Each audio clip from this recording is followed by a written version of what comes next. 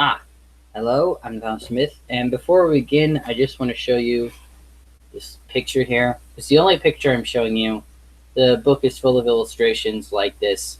I'm not going to show you them because I'm doing a live reading, and it will take all day going back and forth between reading the book and showing you the illustrations. So as you can see, I'm reading Wayside School is Falling Down by Louis Sahir, um, whichever pronunciation works best for you. And I'll just get started. Louis. Louis is probably better. Louis, I'll go with Louis. Louis, the yard teacher, frowned. The schoolyard was a mess. There were pencils and pieces of paper everywhere. How'd all this junk get here, he wondered. Well, I'm not going to pick it up. It wasn't his job to pick up garbage. He was just supposed to pass out the balls during lunch and recess, and also make sure the kids didn't kill each other. He sighed, then began cleaning it up. He loved all the children at Wayside School. He didn't want them playing on a dirty playground. As he was picking up the pencils and pieces of paper, a large truck drove into the parking lot. It honked its horn twice, then twice more. Louis ran to the truck. Quiet, he whispered. Children are trying to learn in there, he pointed at the school. A short man with a big, bushy hair stepped out of the truck. I have a package for somebody named Mrs. Jules, he said. Excuse me. I'll take it, said Louis. Are you Mrs. Jules? Asked the man. No, said Louis. I have to give it to Mrs. Jules, said the man. Louis thought a moment. He didn't want the man disturbing the children. He knew how much they hated to be interrupted when they were working. I'm Mrs. Jules, he said. You just said you weren't Mrs. Jules, said the man. I changed my mind, said Louis. The man got the package out of the back of the truck and gave it to Louis. Here you go, Mrs. Jules, he said. Ugh, Louis grunted. It was a very heavy package. The word fragile was printed on every side. He had to be careful not to drop it. The package was so big, Louis couldn't see where he was going. Fortunately, he knew the way to Mrs. Jules' class by heart. It was straight up. Wayside School was 30 stories high with only one room on each story. Mrs. Jules' class was at the very top. It was Louis's favorite class. He pushed through the door to the school, then started up the stairs. There was no elevator. There were stairs that led down to the basement, too, but nobody ever went down there. They were dead rats living in the basement. The box was pressed against Louis's face, squashing his nose. Even so, when he reached the 15th floor, he could smell Mrs. Mush cooking in the cafeteria. It smelled like she was making mushrooms. Maybe on my way back I'll stop by Mrs. Mush's room and get some mushrooms, he thought. He didn't want to miss Mrs. Mush's mushrooms. They were her specialty. He huffed and groaned and continued up the stairs. His arms and legs were very sore, but he didn't want to rest. This package might be important, he thought. I have to get it to Mrs. Jules right away. He stepped easily from the 18th story to the 20th. There was no 19th story. Mrs. Zarvez taught the class on the 19th story. There was no Mrs. Zarvez. At last he struggled up the final step to the 30th story. He knocked on Mrs. Jules' door with his head. Mrs. Jules was in the middle of teaching her class about gravity when she heard the knock. Come in, she called. I can't open the door, Louis gasped.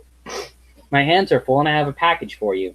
Mrs. Jules faced the class. Who wants to open the door for Louis? She asked. All the children raised their hands. They loved to be interrupted when they were working. Oh dear, how shall I choose? Asked Mrs. Jules. I have to be fair about this, I know. We'll have a spelling bee, and the winner will get to open the door. Louis knocked his head against the door again. It's heavy, he complained, and I'm very tired.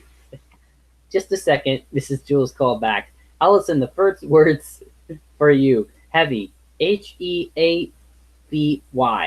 said Alison. Heavy. Very good. It's actually heavy, said Alison. Heavy, heavy, but I shouldn't have. Whatever. Very good, Jason. You're next. Tired. Tired, said Jason. Sleepy, tired. Louis felt the package slipping from his sweaty fingers. He shifted his weight to get a better grip. The corners of the box dug into the sides of his arms. He felt his hands go numb. Actually, he didn't feel them go numb. Jenny, package. Package, said Jenny. B-O-X, package. Excellent, said Mrs. Jules. Louis felt like he was going to faint. At last, John opened the door. I won the spelling bee, Louis, he said. Very good, John, muttered Louis. Aren't you going to shake my hand? Asked John. Louis shifted the box to one arm, quickly shook John's hand, and grabbed the box again and staggered into the room. Where do you want it, Mrs. Jules? He asked. I don't know, said Mrs. Jules. What is it? I don't know, said Louis. I'll have it put down someplace so you can open it. But how can I tell you where to put it until I know what it is? Asked Mrs. Jules. You might put it in the wrong place. So Louis held the box as Mrs. Jules stood on a chair next to him and tore open the top. His legs wobbled beneath him. It's a computer! Exclaimed Mrs. Jules. Everybody booed. What's the matter? Asked Louis. I thought everyone loved computers. We don't want it, Louis, said Eric Bacon. Take it back, Jack, said Terence. Get that piece of junk out of here, said Aricia. Now, don't be that way, said Mrs. Jules. The computer will help us learn. It's a lot quicker than a pencil and a paper. But the quicker we learn, the more work we have to do, complained Todd. You may set it over there on the counter, Louis said, Mrs. Jules. Louis set the computer on the counter next to Sherry's desk. Then he collapsed on the floor. Now watch closely, said Mrs. Jules. Everyone gathered around the new computer. It had a full-color monitor and 2 disk drives. Mrs. Jules pushed it out the window. They all watched it fall and smash against the sidewalk. See, said Mrs. Jules, that's gravity. Oh, now I get it, said Joe. Thank you, Louis, said Mrs. Jules. I've been trying to teach them about gravity all morning. We have been using pencils and pieces of paper, but the computer was a lot quicker. Mrs. Jules rang his cowbell. I would like you to meet Mark Miller, she said. He and his family just moved here all the way from Macedonia. Everybody stared at the new kid. He stood at the front of the room. His knees were shaking. He hated having to stand in the front of the class. It was as if Mrs. Jules had brought him in for show and tell. He felt like some kind of weirdo. He just wanted to sit at a desk and be like everybody else, but worst of all, his name wasn't Mark Miller. He was Benjamin Nushmut, and he had moved from Hempleton, not Macedonia. But he was too scared to mention that to Mrs. Jules. He was afraid to correct the teacher. Why don't you tell the class a little bit about yourself, Mark, suggested Mrs. Jules. Benjamin didn't know what to say. He wished he really was Mark Miller. Mark Miller wouldn't be scared, he thought. He'd probably have lots to say. Everyone would like him. Nobody would think Mark Miller was weird. Well, I guess we'd better find you a place to sit, said Mrs. Jules. She put him at an empty desk between Todd and Beebe. Hi, Mark, said Todd. I'm Todd. You'll like Mrs. Jules. She's the nicest teacher in the school. Todd, no talking, said Mrs. Jules. Go write your name on the blackboard under the word discipline. Hi, Mark, said Beebe. I'm Beebe Gum. Gun with 2 ends. Hi, Benjamin said quietly. He decided he'd have to tell Mrs. Jules his real name at recess. He cringed. He didn't know why, but for some reason he had trouble saying his own name. And what's your name, little boy? An adult would ask him. Benjamin Nushmut. He'd answer, What? Benjamin Nushmut. What? Benjamin Nushmut. What? Benjamin Nushmut. What? Benjamin Nushmut. Oh, nice to meet you, Benjamin.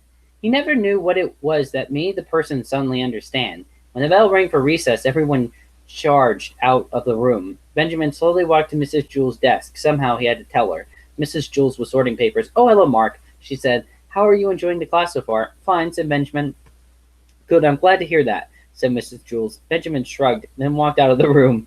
If I had told her my name, she would have thought I was weird for not telling her sooner, he realized. He stood at the top of the stairs and looked down. Recess was only 10 minutes long. It didn't seem worth it to go all the way down and then come all the way back up. He didn't have any friends down there anyway. He had never been more unhappy in his whole life. He sat on the top step. Mark Miller, he said out loud. It was an easy name to say. Mark Miller probably would have made lots of friends by now, he thought. Suddenly he heard a low rumble. Then the stairs began to shake. It felt like an earthquake. This whole stupid school is going to fall over, he thought. He put his head between his knees. The rumbling got worse. I'm going to die. Nobody will ever know who I am, he worried. The new kid, Mark Miller, the weirdo. But it wasn't an earthquake. It was just all the kids running back up the stairs. Hey, Mark, why are you sitting that way? Asked Dee Dee. You look funny, said Ron. Benjamin looked up. How come you weren't at recess? Asked Jason. We looked everywhere for you. Couldn't you find the playground? Asked Calvin. It's just straight down, said Beebe. You can't miss it. But don't go in the basement, warned Sherry. Whatever you do, don't go in the basement. We'll go down together at lunch, said Todd. That way you won't get lost. Benjamin smiled. He was glad everyone seemed to like him, or at least they liked Mark Miller. He wondered if they liked Benjamin Nushmut, too. The bell has rung. said Mrs. Jules, standing in the doorway. "Now everyone get inside." She made Todd put a check next to his name on the board for being late. Mrs. Jules handed a stack of worksheets to Damien and asked him to pass them out to the rest of the class. Benjamin looked at his worksheet. At the top right corner, there was a place to put his name. He didn't know which name to put there, Mark Miller or Benjamin Nushmut. He left it blank and started working on the first problem. Louis, the yard teacher, entered the room carrying a white paper sack. "Benjamin forgot his lunch," he said. "His mother just brought it." "Who?" asked Mrs. Jules. "Benjamin," said Louis. "There's no Benjamin in my class," said Mrs. Jules. "Are you sure?" asked Louis. "It looks like a good lunch. I know the names of the children in my class," Mrs. Jules said indignantly. "Well, I'll just leave it here until I figure this out," said Louis. He left the lunch on Mrs. Jules' desk and walked out of the room. Benjamin frowned. He looked at the white paper sack on Mrs. Jules' desk. He couldn't tell Mrs. Jules his real name now. She'd think he was making it up just to get a free lunch. He wrote Mark Miller on the top of his worksheet, but one of these days he knew he'll have to tell her his real name. Beeb's baby brother. Mrs. Jules asked Damien to pass back the homework. Beeb Gunn waited nervously. Except for art, her grades had not been very good lately. If she didn't start bringing home better grades, her parents said they wouldn't let her stay up past midnight. She did her best artwork after midnight. Damien handed Calvin his homework, then Todd, then Joy. "Where's yours?" asked Calvin. "I don't know," said Beeb. "Did you do it?" asked Calvin. "Yes, I did it," said Beeb. "I worked extra hard on it. I hope Mrs. Jules didn't lose it." Damien finished passing out the homework. Beeb never got hers. "Beeb, will you come here, please?" said Mrs. Jules. She pushed out of her seat, stood up, and nervously walked to Mrs. Jules' desk. "I did my homework, Mrs. Jules," she said. "Really?" "Yes, I know," said Mrs. Jules. She held Beeb's homework in her hand. Phew, Beeb sighed with relief. "I was afraid you lost it." "No, I didn't lose it," Mrs. Jules said sternly. She showed the back of the paper to Beeb. Someone had written, "Mrs. Jules is as Mrs. Jules is as fat as a hippopotamus, and she smells like one too." "I didn't write that," exclaimed Beeb. "I love the way you smell." Mrs. Jules smiled. "If you didn't write it, who did?" "Ray," Beeb instantly replied. "Who's Ray?" "He's my little brother, Ray Gunn. He must have snuck into my room after I was asleep. He's always playing mean tricks on me. He knew how hard I worked on my homework." "Well, we'll show Ray," said Mrs. Jules. She gave Beeb an A+. "There, I don't think he'll try that again." "Thanks," asked Beeb. "You may have a Tootsie Roll Pop, too," said Mrs. Jules. Beeb took a Tootsie Roll Pop out of the coffee can on Mrs. Jules' desk, then returned to her seat. She proudly showed Calvin her A+. The next day, Mrs. Jules asked Damien to hand back another batch of homework. "How come Damien always gets to do everything?" griped Kathy. "I'm sorry, Kathy," said Mrs. Jules. "Would you like to pass back the homework?" "No," grunted Kathy. "I'm not your slave." Damien passed out the homework. Again, Beeb didn't get hers. Mrs. Jules called her to her desk. On the back of her homework, someone had written, "Mrs. Jules has a head full of oatmeal, and it leaks out of her ears." "I didn't write it," said Beeb. "Ray," asked Mrs. Jules. Beeb nodded. "Why don't you start checking the back of your homework?" suggested Miss Jules. "I did when I woke up," said Beeb. "He must have done it after breakfast while I was brushing my teeth. He had oatmeal for breakfast." She shook her head. "I won't brush my teeth anymore." "You have to brush your teeth," said Mrs. Jules. "My parents think he's such a little angel," Beeb complained. "He's always wrecking things, and then I'm always the one who gets in trouble. Why can't you be more like Ray, they say. Yesterday he threw all my underwear out the window. Then my mother yelled at me for it. She wouldn't believe that her little darling son would do something like that." Mrs. Jules gave Beeb another A+ and another Tootsie Roll Pop. For Friday, everyone had to write a report and read it to the class. Beeb wrote her report about George Washington. She stood at the front of the room and read it out loud. "George Washington never told a lie, not like Mrs. Jules. She lies all the time, that's why her nose is so big. And she snores when she sleeps, so Mr. Jules has to wear earplugs." Everyone was laughing. Beeb stopped reading. "What's so funny?" she asked. "Come here," said Mrs. Jules. Beeb shrugged, then walked to Mrs. Jules' desk. Mrs. Jules showed her what she had just read. "Did I just read that out loud?" Beeb asked. Mrs. Jules nodded. "I was just reading it," Beeb explained. "I wasn't listening." "It was Ray again, wasn't it?" asked Mrs. Jules. "Had to be," said Beeb. "Yesterday he put toothpaste in my socks. Then my mother got mad at me for making a mess and wasting toothpaste." Beeb got an A+ on her report and another Tootsie Roll Pop. After school, Mrs. Jules called Beeb's mother on the phone. "Hello, Mrs. Gunn. This is Mrs. Jules from Wayside School." "What's Beeb done now?" asked Mrs. Gunn. "Beeb hasn't done anything wrong," said Mrs. Jules. "She's a wonderful girl."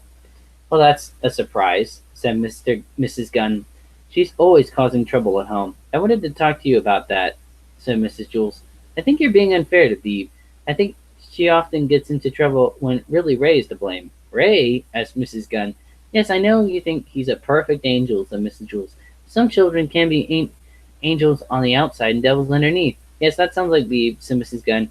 "I'm not talking about Beebe. I'm talking about Ray." "Ray?" asked Beebe's mother. "Who's Ray?"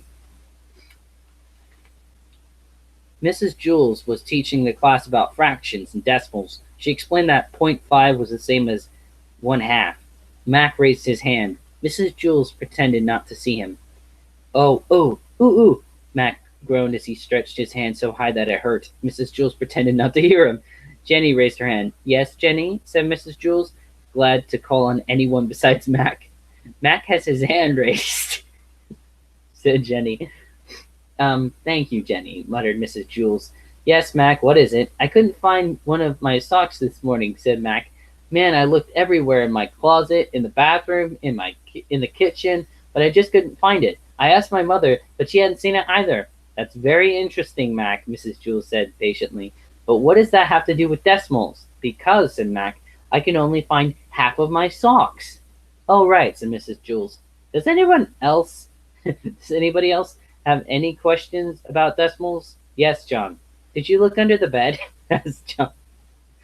"That was one of the first places I looked," said Mac, "but it wasn't there." "Did you check the dirty clothes?" asked Ron. "Maybe it was never washed." "I checked," said Mac. "Do you have a dog?" asked Beebe. "Maybe your dog took it." "No, my dog doesn't wear socks," said Mac. "Why didn't you just put on a different sock?" asked Alison, "even if it didn't match." "I thought of that," said Mac. "See, but then if I wore a sock that didn't match, I'd be left with only one sock of that color for tomorrow. And then if I wore that sock, I'd have to wear a sock that didn't match with it, and so on for the rest of my life. I would never wear matching socks again." "Well, be that as it may," said Mrs. Jules, "we really need to get back to decimals." "Yes, Stephen?" "Once I had both my socks on," said Stephen, "but I wasn't wearing my shoes. My mom had just waxed the floor, too. I slid all around on it like I was skating. It was a lot of fun until I fell against the kitchen table and broke 2 dishes. Then I got into trouble." "What's that got to do with my socks?" Mac asked impatiently. Stephen shrugged. "Did you ever find your other sock?" asked Leslie. "Yep," said Mac, "but you'll never guess where. In the refrigerator." He yelled at his arms in bewilderment. "How did it get there?" No one knew. "See, here it is," said Mac. He climbed on the top of his desk so everyone could see his feet. He pointed to his left foot and pointed, "This is the sock I had from the beginning." He pointed to the right foot, "And this is the sock I couldn't find." His socks were red with gold lightning bolts down the side. "Ooh, hot socks," said Mauricia. "No, it was cold after being in the refrigerator," said Max, still standing on the top of the desk. "I made it up a song too while I was looking for it. You want to hear it?" He sang, "I got one sock looking for the other one sock looking for its brother. When I find that sock, I'll tell you what I'll do. I'll put it on my foot and I'll stick it in my shoe." The bell rang for recess. "Since we didn't finish the arithmetic lesson," said Mrs. Jules, "you'll have to do the rest of it for homework." All the kids groaned as they headed outside. After recess was science. Mrs. Jules was teaching the class about dinosaurs. She told the class that there were 2 types of dinosaurs, those that ate meat and those that ate only vegetables. "You mean like broccoli?" asked Rhonda. "I don't think they had broccoli back then," said Mrs. Jules. "Just as there were different kinds of animals back then, there was also different kinds of vegetables." Mac raised his hand. Mrs. Jules pretended not to see him. "Ooh, ooh," Mac groaned. He looked like he was going to explode. Mrs. Jules pretended not to hear him. She called on Myron. "Mac has his hand raised," said Myron. Thank you, Myron," muttered Mrs. Jules. "Yes, Mac? My uncle grew the biggest watermelon you ever saw in your whole life. Man, it was huge. It was so heavy I couldn't even lift it." "Mac, what does this have to do with dinosaurs?" asked Mrs. Jules. "Because that must have been the kind of watermelon the dinosaurs ate," said Mac. "Did you eat it?" asked TJ. "Not all of it," said Mac, shaking his head. "It was too big for me, and I love watermelon." "What did it taste like?" asked Mauricia. "Delicious," said Mac. "But lots of seeds. You shouldn't eat the seeds, otherwise a watermelon might grow inside your stomach. I once heard about a lady who was so fat that everyone thought she was going to have a baby, but she didn't have a baby. She had a watermelon." Was it a boy or a girl? asked Joy. Everyone laughed. Mrs. Jules never finished her lesson about dinosaurs, so she had to assign it for homework. After school, Mac walked home with his girlfriend, Nancy. Nancy's class was on the 23rd floor of Wayside. Mac carried his arithmetic book, his science book, his reading book, his language book, and his spelling book. Nancy didn't have any books. I'll carry your books for you, Mac, she offered. Mac gave Nancy his books. Don't you have any homework? He asked. She shook her head. Man, it's unfair, said Mac. Mrs. Jules assigns more homework than any other teacher in Wayside School. Oh no. Sherry brought a hobo. Sherry brought a hobo to school for show and tell.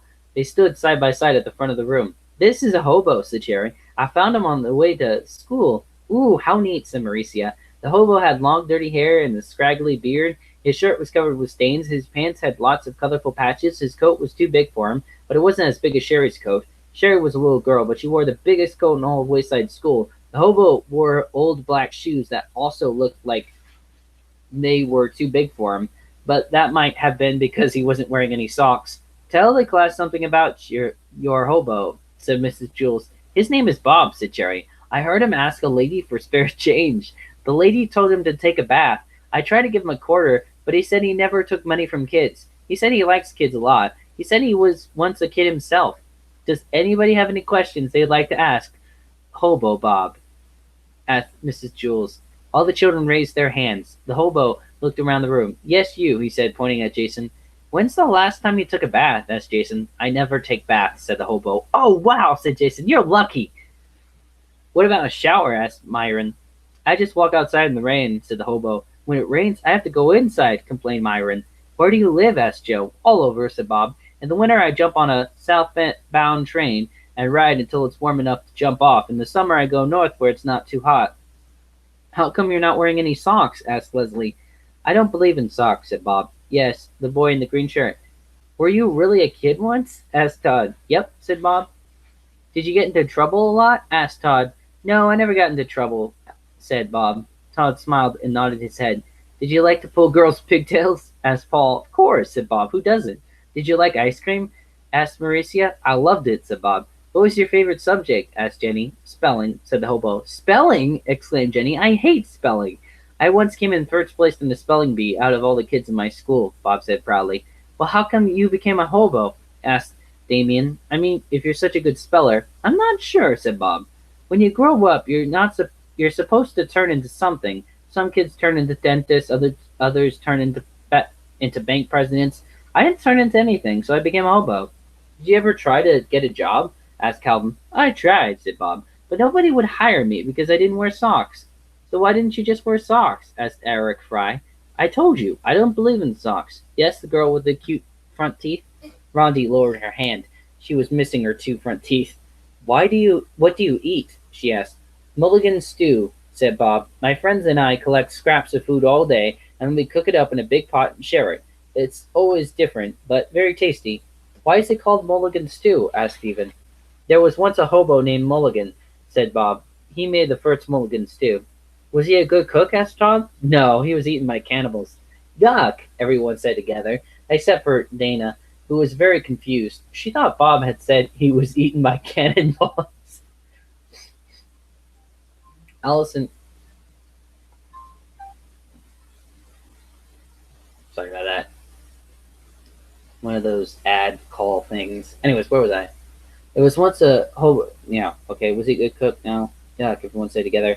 Oh, cannonballs. Alison raised her hand. Can't you just wear socks, even if you don't believe in them? She asked. Socks! Bob shouted so loud it scared everyone. Is that all you kids ever talk about? Socks, socks, socks. Albert Einstein didn't wear any socks. Why should I? Who's Albert Einstein? Asked Eric Obens. Mrs. Jules answered the question. She said, Albert Einstein was the smartest man who ever lived. Was he also a hobo? Asked DJ. No, he was a great scientist, said Mrs. Jules. Why didn't Albert Einstein wear socks? Asked Joy. Because socks make you look because socks make you stupid, said Bob. That's not true, said Mrs. Jules. Albert Einstein was just too busy thinking about his big important things to remember to put on his socks. Maybe, said Bob. But remember, I told you I won the school spelling bee. Well, that day I won it, I forgot to wear socks. Think about it. Everyone thought about it. So after that, I never wore socks again, said Bob. Mac raised his hand. Once I could only find one of my socks, he said, and I looked everywhere for it, under the bed, in the bathroom. You'll never guess where I finally found it. In the refrigerator, said Bob. Mac's mouth dropped open. How'd you know? Bob shrugged. Where else?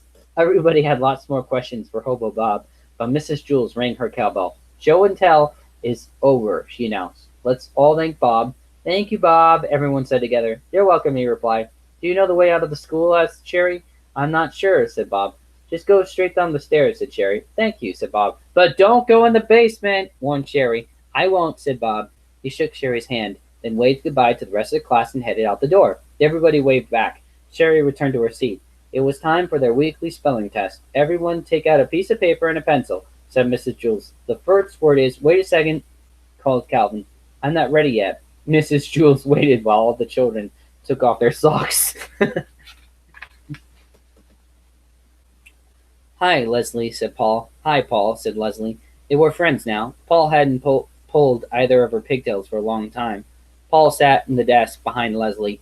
Once a long time ago he had pulled Leslie's pigtails. It felt great. That is, Paul thought it felt great. Leslie didn't think it felt too good. But that was earlier in the year when Paul was younger and immature. Now he knew better. Still, her two long brown pigtails hung in front of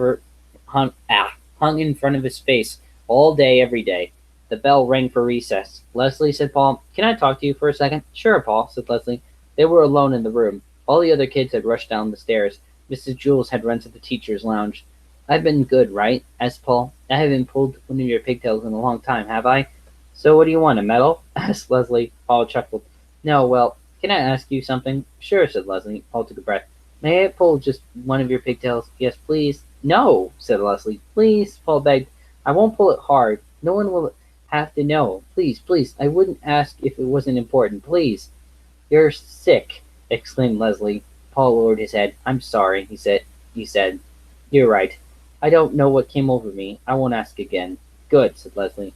She shook her head in disgust. Paul watched her pigtails waggle. Can I just touch one? He asked. I won't even pull it, I promise. No. What's wrong with just touching one? Paul asked. Yuck, you're gross, said Leslie as she turned and marched out of the room. As Paul watched her go, her pigtails seemed to wave goodbye to him. He slapped himself in the face with both hands. What's wrong with me? He wondered. He walked to the side of the room and leaned over the counter. He stuck his head out the window to get some fresh air. Down below, he could see the kids playing on the playground. They looked like tiny toys. Leslie stepped back into the classroom. I'm getting my hair trimmed tomorrow, she announced. If you want, I'll save the pieces for you. It'll just be some split ends. Paul was so excited he forgot where he was. He quickly raised his head. It bashed against the window frame. Then he bounced forward and toppled out the window. Leslie stared in horror at the open window, then rushed toward it. She leaned over the counter and looked down. Help! Gasped Paul. There was one brick on the side of the building that stuck out a little farther than the others. Paul desperately held onto it with both hands. I'll go get Louis, said Leslie. He'll save you. No, don't go, cried Paul. I can't hold on. My fingers are slipping. Leslie reached down for him. Try to grab my hand, she said. Paul made a grab for it, but missed, then quickly clutched the brick. I can't. Help, I'm scared. Just don't look down, cried Leslie as she tried to stay calm. She pulled her head back in through the window. Where are you going? Cried Paul. Help, don't leave me. Leslie looked around Mrs. Jules' room for a rope or an extension cord or something for Paul to grab, but she couldn't find anything. She returned to the window, sighed, and then leaned out backward. Her hands tightly held the edge of the counter as she looked up in the sky. Grab my pigtail, she said, then winced. A big smile came across Paul's face. Really? He asked. Just do it, said Leslie.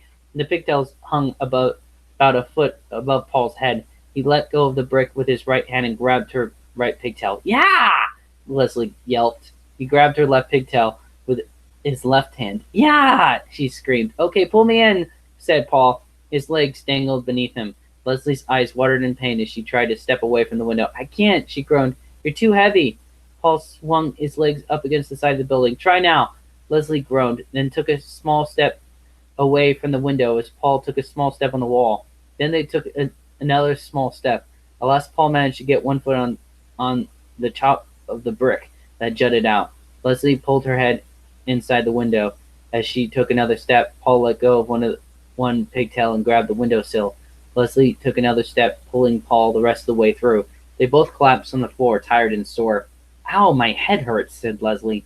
Wow, you saved my life, said Paul. Well, don't worry. Someday I'll save yours. You don't have to, said Leslie. Just don't pull my pigtails anymore. I won't, said Paul. Suddenly laughed. What's so funny? Asked Leslie.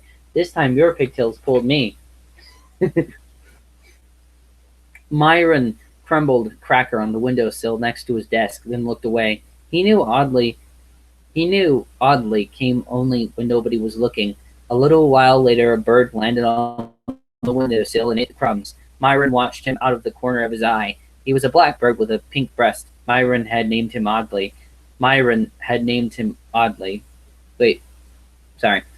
Is that your dumb bird again? Asked Kathy. No, said Myron. Audley is not my bird. I don't own him. He doesn't live in a cage. Audley is free. You're a bird brain, said Kathy. Myron watched Audley fly away. It made him sad and glad at the same time. He wished he could fly away across the sky with Audley. Audley probably thinks I'll live in a cage, he realized. Whenever he sees me, I'm sitting in the same desk. He probably thinks this desk is my cage. So Myron got out of his chair and sat on the floor. Myron, what are you doing out of your seat? Asked Mrs. Jules. I want to sit on the floor, said Myron. Several kids laughed. Get back in your seat, ordered Mrs. Jules. Myron reluctantly returned to his desk. I do live in a cage, he thought. I'm not allowed out. I have to stay in my cage until the bell rings. Then I have to go down the stairs. Then when it rings again, I have to go up the stairs. Then when it rings again, I have to go down the stairs. Then when it rings again, I have to go up the stairs. I'm never free. The bell rang. Myron went down the stairs. It was so crowded with kids rushing to recess that he couldn't stop if he wanted. It was as if someone had lifted his cage and was carrying him down the stairs. The bell rang again. Myron went up the stairs. At lunch, the bell rang again. Myron went down the stairs. After lunch, the bell rang again. Myron stood at the bottom of the staircase and looked up. No, he declared, I won't go. I have to be free. As all the other kids rushed past him, he eased his way around to the back of the stairs. As everybody else went up, Myron went down. To the basement! He nervously walked down the old creaky staircase. He didn't know what he'd find, or what would find him. He had heard that dead rats were living down there, or worse, maybe even Mrs. Gorf. Mrs. Gorf was the meanest teacher Myron had ever had. She used to be the teacher on the 30th story before Mrs. Jules took over, but nobody believed that Mrs. Gorf was really gone. Every but one said she was still lurking somewhere inside Wayside School. He stepped off the last step at the very bottom of the Wayside School. It was too dark to see. Somewhere he heard a drip that echoed all around the cold and damp room. With his arms outstretched, he stepped across the gritty floor. His hand struck against a large, fat pipe above his head. The pipe felt like it was covered with 1,000 spiderwebs. Still, Myron kept his finger on the pipe as he walked, so he wouldn't get lost.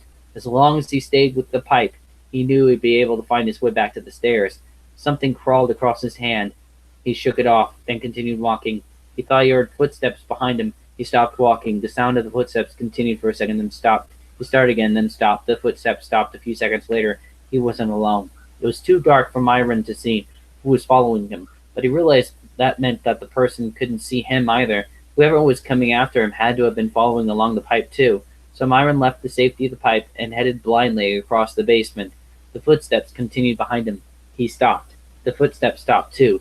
He bent down, then untied and took off his right sneaker. He threw it toward the other side of the basement. He heard it hit the floor, then the footsteps started after it. Very quietly he took off his other sneaker and threw it in the same direction. He never heard his shoe hit the ground. The footsteps started after him again. He started to run, but slipped in his socked feet on a spot of slime. His hands hit loud and hard as he fell on the cold floor. The footsteps came hurriedly toward him. He held his breath and tried to be as quiet as possible. A light turned on above his head. He screamed, I believe this is yours, said a bald man. He was holding Myron's left sneaker. Next to him were two men with black mustaches. One of the men had a black attache case. Myron shook his head. That's not my shoe, he said. I never saw it before. The bald man glanced at Myron's shoeless feet. What's your name? Asked the man with the attache case. Myron, said Myron. He regretted it as soon as he had said it. He wished he had made up a fake name. The man opened his attache case and took out a notebook. Myron, he repeated as he thumbed through the notebook. You're supposed to be in Mrs. Jules' class at the desk next to the window in front of Sherry. What are you doing out of your cage? Seat, asked the other man with the mustache. I just wanted to be free, chirped Myron. Please don't hurt me. If you let me go back to Mrs. Jewell's room, I'll never come back down here again. Well, do you want to be free, or do you want to be safe? Asked the bald man. Huh? Asked Myron. You can't have it both ways, said the bald man. Do you want to be safe? Asked one of the men with a mustache. Do you want to sit in the same chair every day and go up and down the stairs every time the bell rings? You'll have to go to school 5 days a week, said the other man with a mustache, and you'll have to go to bed at the same time every day.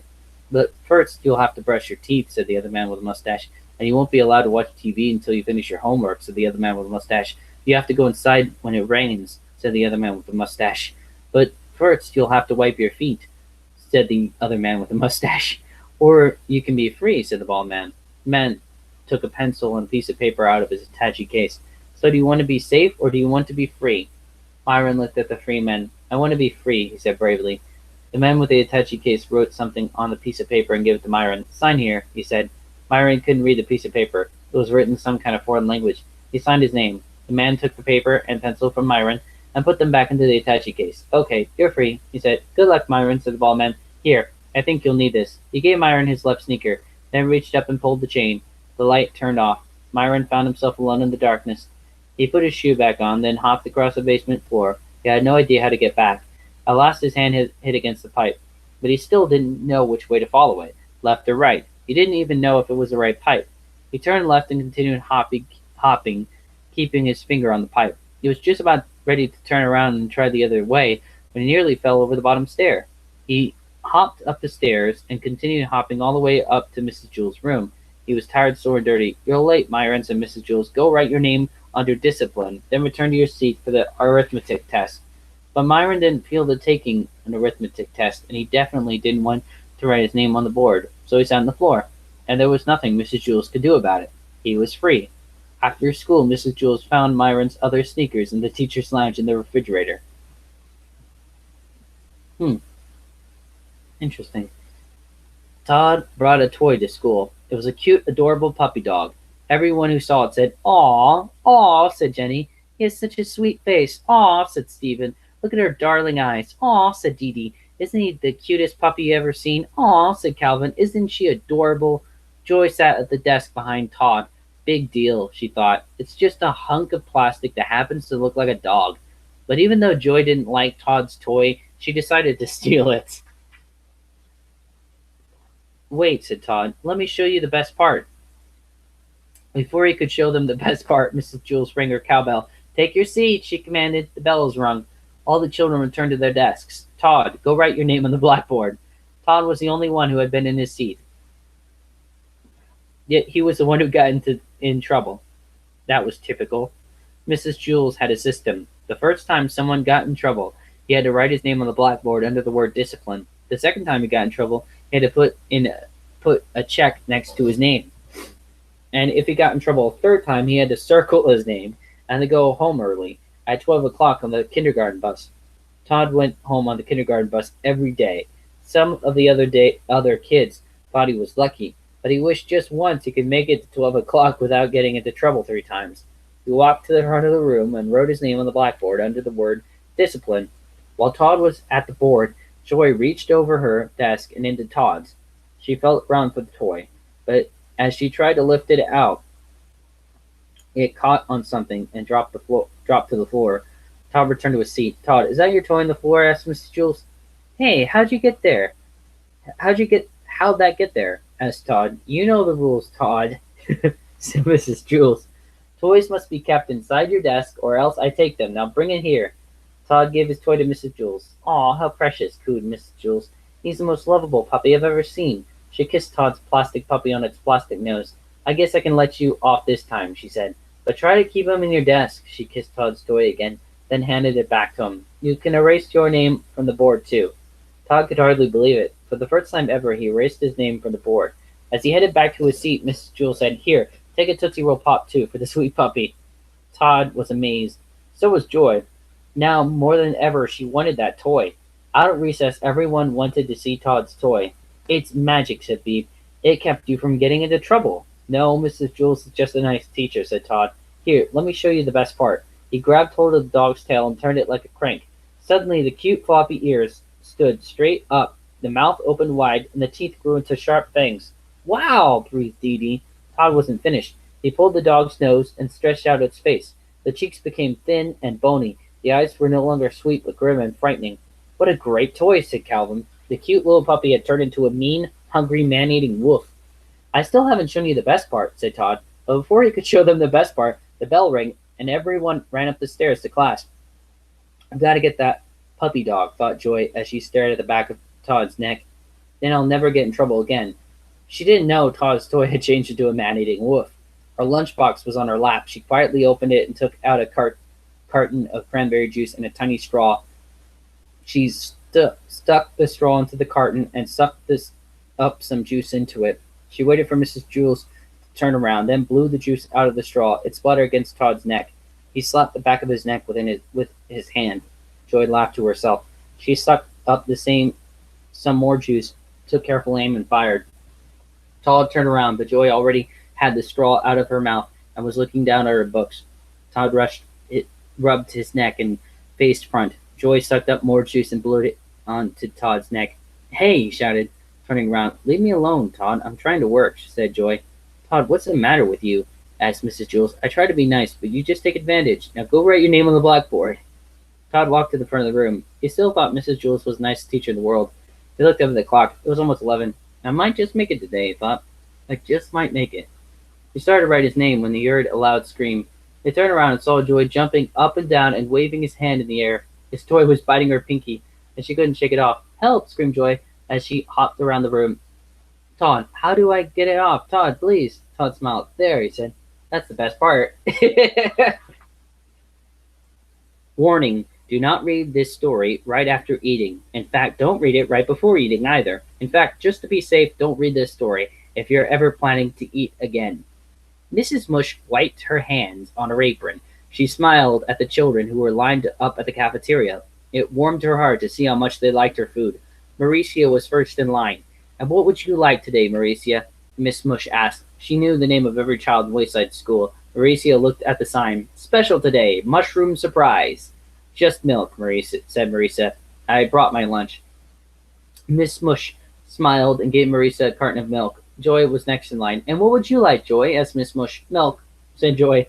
Miss Mush smiled and gave Joy a carton of milk. "And what would you like, Jason?" "Milk, please," said Jason. "Just milk," said Damien. "Milk," said DJ. "Milk," said Leslie. It was almost Ron's turn. He hadn't brought a lunch. He normally brought a peanut butter and jelly sandwich to school, but there hadn't been a single slice of bread in his house this morning. "I know," his mother had said. "I'll give you some money, and you can buy a nice hot lunch from Miss Mush." She thought it was a brilliant idea. "Can I just have a peanut butter and jelly sandwich without the bread?" Ron had asked. Now he looked up at the sign. "Special today. Mushroom surprise." He wished he weren't so hungry. This was the 18th day in a row that the special was mushroom surprise. It was called mushroom surprise because it would have been a surprise if anybody had ever ordered it. No one ever did, except Louis, of course. That's why they had it for 18 days. There was always plenty left over. "Milk," said Terence. "Milk," said Sherry. "Milk," said Calvin. "Milk, please," said Beebe.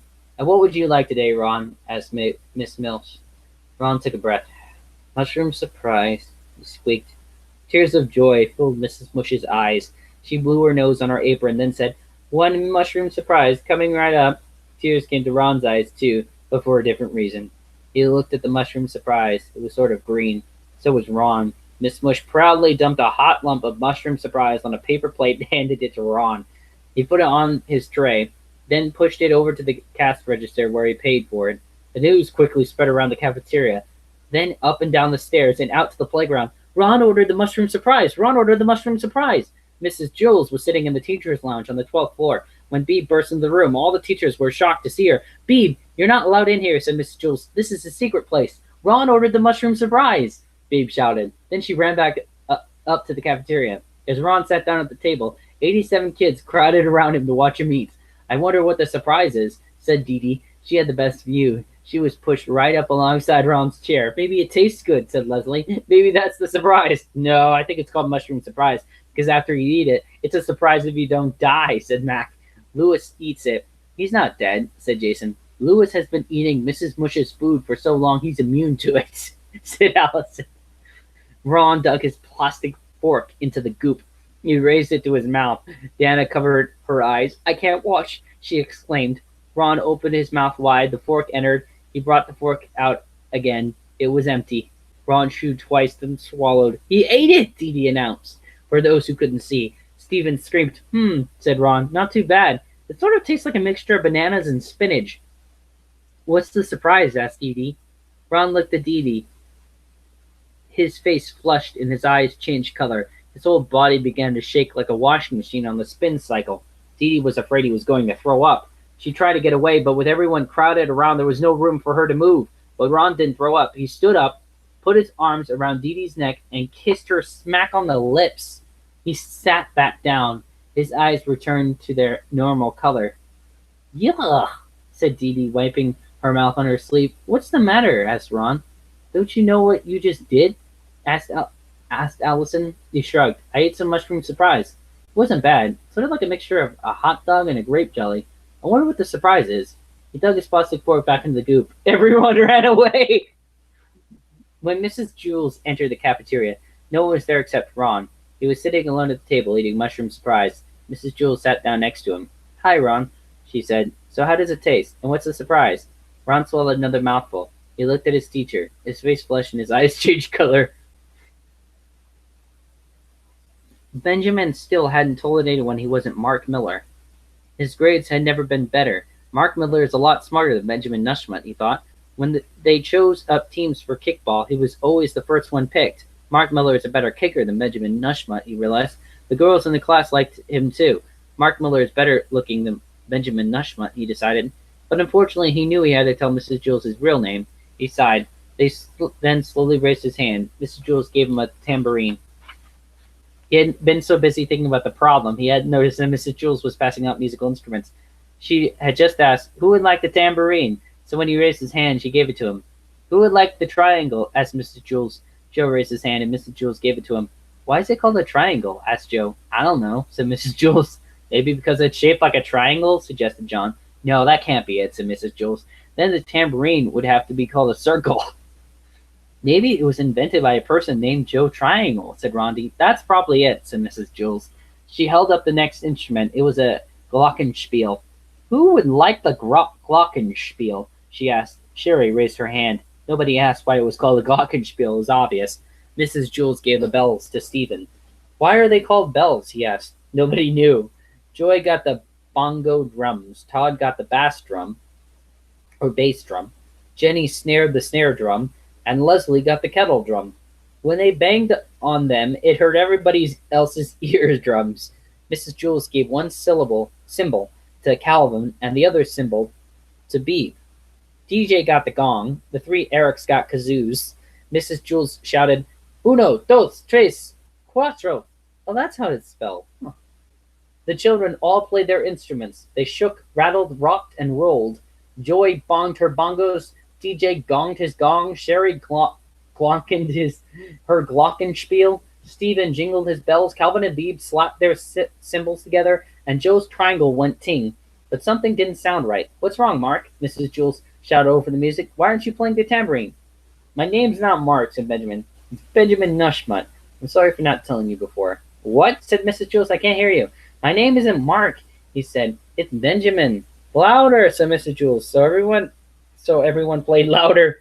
Todd bashed his bass drum. Leslie cooked on her kettle drum. Calvin and Beebe crashed their cymbals together, and Joe's triangle went ting. "My name is Benjamin," shouted Benjamin. Mrs. Jules put her hand to her ear. "Louder," she said. So everyone played louder. DJ kabonged his gong. Joy chongonged her bongos.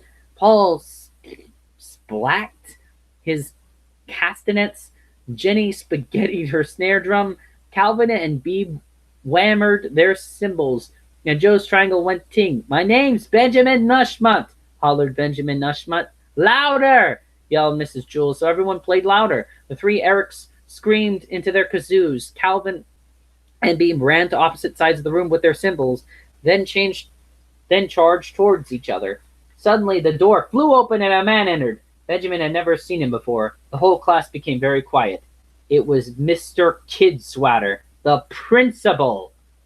Calvin and Beebe screeched to a halt just in time. Their symbols were less than an inch apart. "Is something the matter, Mr. Kidswatter?" asked Mrs. Jules. "Several teachers have complained about your music," said Mrs. Kidswatter. "Their students are having trouble hearing." "I understand," said Mrs. Jules. "Good," said Mr. Kidswatter. He walked out of the room. "Okay, you heard Mr. Kidswatter," said Mrs. Jules. "We'll have to play louder so everyone can hear." Uno, dos, tres, cuatro. They shook, rattled, rocked, and rolled. Benjamin frampled his tambourine. "Excellent, Mark!" shouted Mrs. Jules. He smiled. He had never played so well before. Mark Miller is a better musician than Benjamin Nushmut, he thought. Down on the playground, Kathy was singing her favorite song. "Wayside School is falling down, falling down, falling down. Wayside School is falling down, my fair lady. Kids go splat as they hit the ground, hit the ground, hit the ground. Kids go splat as they hit the ground, my fair lady." DJ was walking across the playground with his head down. "Hi, Dr. Jolly," said Louis. Louis called DJ Dr. Jolly because he was always smiling. But now DJ's smile was upside down. He looked up at Louis. Louis had never seen such a sad face. "What's wrong?" he asked.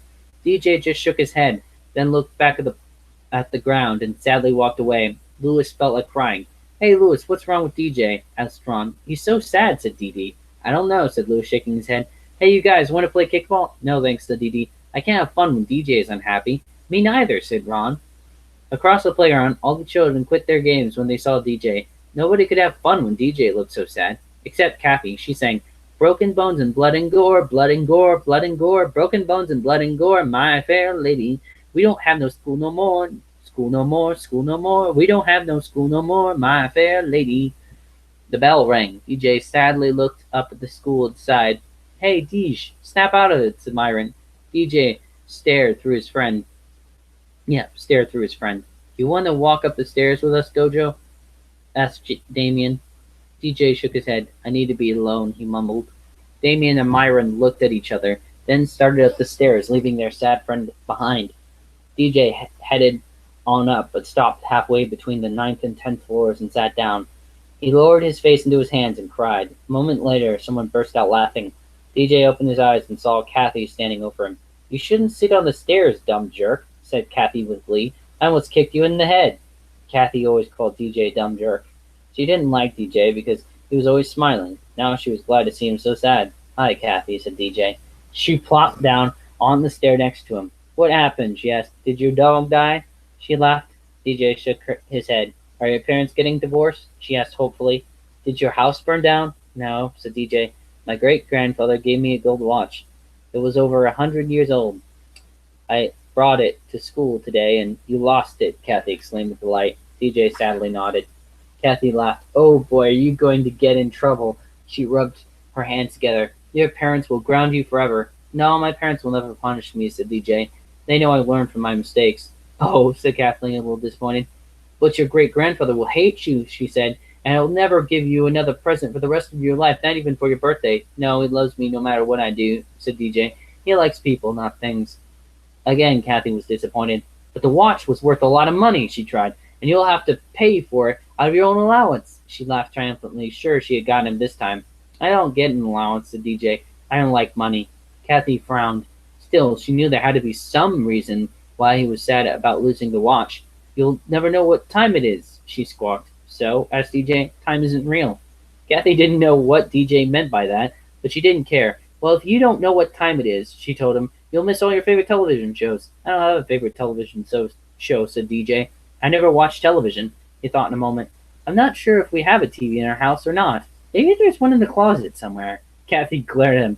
"Well, then how come you're so sad? You lost that dumb watch," she demanded. "I'm afraid a bird might think it's food and choke on it," said DJ.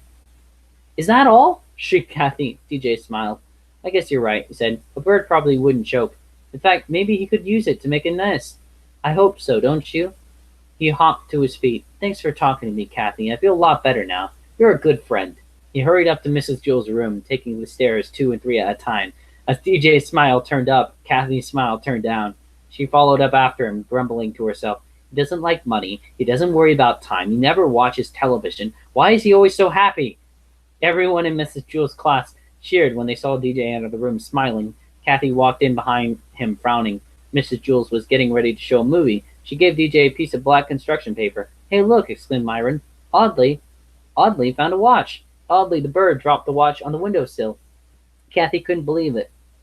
"It's DJ's," she griped. Myron gave the watch to DJ. "Here, you can have it, Kathy," said DJ with a big smile. "It's worth a lot of money, and this way you won't miss any of your favorite television shows." Kathy took the watch from him and put it around her wrist. "It'll probably make my skin turn green," she groused. Mrs. Jules started the movie projector. Stephen turned off the lights. Damien pulled down the shades. DJ held a piece of black construction paper under his nose because his smile was so bright. Jason borrowed the pencil from Alison. When he gave it back to her, it was full of teeth marks. Alison held the pencil by its point. "Yuck," she said. "You chewed on it." Jason felt awful. It is very embarrassing to borrow somebody's pencil and then chew on it. "Sorry," he said. "I didn't do it on purpose." "You can keep it," said Alison. She dropped the pencil on Jason's desk, then raised her hand. "Mrs. Jules, can I go to the bathroom? I have to wash my hands." Jason slobbered all over my pencil. Everybody laughed. Jason turned red. "I'm sorry, Alison," he said. "I know it's a disgusting habit. I just can't help it." "Don't let Jason touch any of my books," said Alison as she headed out of the room. "He might eat them." Everybody laughed again. "Here, you can eat my book," Jason said. "Todd, I don't like it anyway." Mrs. Jewell made Todd write his name on the blackboard under the word discipline. Jason was so mad at himself he broke the chewed up pencil to bits. That wasn't a smart thing to do. "Everybody take out a pencil and a piece of paper," said Mrs. Jules. "It's time for our spelling test." Jason slapped himself on the forehead. "I'm so stupid," he thought. "Rhonda, may I borrow a pencil, please?" he asked. Rhonda made a face. "All my pencils are new," she said. "How do I know you won't eat it?" "I won't," said Jason. "I promise." "You better not," said Rhonda. She gave him one of her pencils. It was new and freshly sharpened. Jason liked the way it smelled. "The first word is orchestra," said Mrs. Jules. Jason tried to remember how to spell orchestra. He stuck the back of the pencil in his mouth. "Second word, garbanzo." Jason chewed on the eraser. When the spelling test was over, Roddy's pencil was worse than Allison's. Jason looked at it in horror. He didn't even remember chewing it. "Oh no," he thought. "What am I going to do?" He stuck it inside his desk. "Jason, may I have my pencil back, please?" asked Rhonda. "What pencil?" asked Jason. "The one I lent you," said Rhonda. Jason opened the desk and pretended to look for it. "I don't know where it is," he said. "Mrs. Jules, Jason stole my pencil," called Rhonda. "Jason, give Rhonda back her pencil," said Mrs. Jules. He gave it to her. "You chewed on it!" exclaimed Rhonda. Everyone laughed. "No, I didn't," said Jason. "Those are your teeth marks." "How can they be my teeth marks?" asked Rhonda. She smiled. She was missing her two front teeth. "So," said Jason, "you don't chew pencils with your front teeth. You chew them with your back teeth." How do you know?" asked Rhonda. Said Jason. Mrs. Jules made Jason write his name on the board under the word discipline because he chewed Rhonda's pencil, then lied about it. "And try not to eat the chalk," she said. Everyone laughed. Rhonda threw the chewed up pencil on the window. It hit Louis on the head. Mrs. Jules gave Damien a stack of worksheets and asked him to pass them out. They contained arithmetic problems. Jason had to borrow another pencil. "Alison, may I borrow another pencil, please?" he asked. "Eat my sock," said Alison. That wasn't such a bad idea, Jason realized. If he stuffed the sock in his mouth, he would be able to chew a pencil. Myron looked at his worksheet. "I don't feel like doing this stuff," he said. "Here, Jason, you can have my pencil." "Thanks, Myron," said Jason. "I promise not to chew it." He hoped he'd be able to keep his promise. He thought about asking Mrs. Jules for a Tootsie Roll Pop. If I'm sucking on that, I won't chew Myron's pencil, and a Tootsie Roll Pop would probably taste better than Allison's sock. He didn't know for sure because he had never tasted Allison's sock. But before he could ask Mrs. Jules asked him, "Jason, will you come here for a moment?" She said, "I think I know how to keep you from chewing pencils." Jason smiled as he walked on her desk. I like the purple ones," he told her. But Mrs. Jules didn't give him a Tootsie Roll Pop. Instead, she taped his mouth shut with heavy-duty masking tape. She had to use a lot of tape because Jason had the second biggest mouth in the class. "There," she said. Jason started back to his seat. "Aren't you even going to say thank you?" asked Mrs. Jules. Said Jason. "You're welcome," said Mrs. Jules. "Hey, Jason," teased Alison. "You look like a mummy." "Don't sneeze," said Rhonda. "You'll blow your head off." They both laughed. Jason said back to them. It's a very bad thing to say. He wasn't supposed to use words like that. You better not pull the tape off, said Rhonda. You might rip off your lips. They both laughed again. Jason had never been more embarrassed in his whole life. His ears burned as he set to work on the arithmetic problems. They were tough problems. Several times the pencil crushed against the tape, but the tape held firm. Mrs. Jules was very proud of herself. Not only did the tape protect Myron's pencil, but Mrs. Jules also noticed that Jason was quieter than he'd ever been. I should tape all their mouths shut, she thought. Then they'd all be nice and quiet. It was such a good idea. She wondered why no other teacher had ever thought of it. Okay. Every day after lunch, Mrs. Jules read a story to the class. Dana hated stories. The last book Mrs. Jules had read was a story about a pig and a spider. The pig was real cute and the spider was very wise. Dana thought it was a horrible book. It made her laugh too much. Everyone else laughed too. But the problem was that Dana always kept laughing long after everyone else in the class had stopped. It was very embarrassing. And sometimes she broke out laughing at a part that wasn't even funny because she remembered something funny that had happened earlier. John called her a giggle box. That only made her laugh harder. Once she broke up laughing in the middle of an arithmetic test because she remembered something funny the pig had said. There goes the giggle box, said John. She hated John. That wasn't the worst part of the book. In the end, the spider died. Dana couldn't stop crying, and she thought it was so silly too because in real life she didn't even like spiders. She squashed them all the time. John called her a leaky faucet. Somebody better call a plumber to fix the leaky faucet, she said. She laughed through her tears. She hated John. Once in music, they had learned a song about a dragon. When the song begins, the dragon is very brave, but then he loses his only friend, so he isn't brave anymore. He just goes back to his cave, where he is sad and lonely for the rest of his life. The song always made Dana cry. Every recess, John and Joe would chase after her singing it. She'd run across the playground with her hands over her ears and tears streaming down her face. The bell rang. Lunch was over. Dana nervously walked up the stairs to Mrs. Jules' room. Mrs. Jules would start a new book today. She hoped it wouldn't be funny or sad. She hoped Mrs. Jules would read a boring story with no jokes. When she got to class, John and Joe were standing by her desk, waiting for her. Happy birthday, Dana, said John. He was holding a present. It was wrapped in green paper and had a pink bow. But it's not my birthday, said Dana. Well, that's okay, said John. You can have it anyway. Since I'm always teasing you, he and Joe snickered. Dana eagerly tore off the wrapping paper. Maybe John wasn't so bad after all, she thought. It was a box of tissues. John and Joe laughed hysterically. That's not funny, said Dana. She raised her fist and started to chase after them. Mrs. Jules rang her cowbell, and all the children settled quietly in their seats. We are ready to begin a new story, said Mrs. Jules. She held up the book. It's called Stinky. Dana laughed at the title, then quickly covered her mouth. It's about a cute and playful skunk, said Mrs. Jules. Oh no, gasped Dana. She knew animal stories always made her cry. The animal's mother would get shot by human hunters, or else humans would build a shopping center and destroy the animal's home. She hated humans, but she knew that was silly because she was a human, and so were all of her friends. The only human she really hated was John, and she didn't think he was even human. Mrs. Jules read. It was such a beautiful day. Stinky and his mother went for a walk across the forest. Hi, Stinky, said Charlie the chipmunk. Hi, Charlie, said Stinky. Come along, Stinky, called his mother. Stinky hurried after her. They came to a road. Suddenly, Stinky heard a noise he had never heard before. It was very loud, like thunder. A car driven by humans was speeding toward him. Look out, shouted his mother. Stinky stopped in the middle of the road and stared at the onrushing car. He had never seen a car before. His mother pushed him out of the way just in time. He was safe, but unfortunately the car ran over his mother. Mama, Mama, he sobbed over and over again, but his mother didn't answer. She was dead, Dana cried. Uh-oh, there goes the leaky faucet, said John. He and Joe laughed. Dana sniffled and wiped her eyes, but the tears wouldn't stop. She just kept thinking about poor Stinky. What would he do without his mother? She wondered. Maybe he could go live with Charlie the chipmunk, she hoped. She pulled the tissue out of the box John had given her and loudly blew her nose. There goes the foghorn, said John. Dana laughed into her tissues. She blew her nose again even louder. It must be a very foggy day, said John.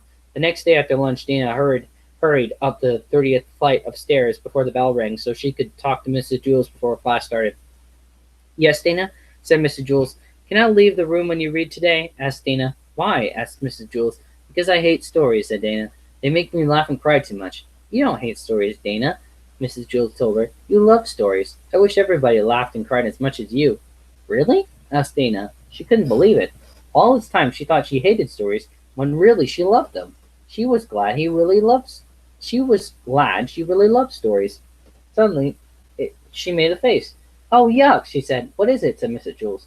What if I really love John, too?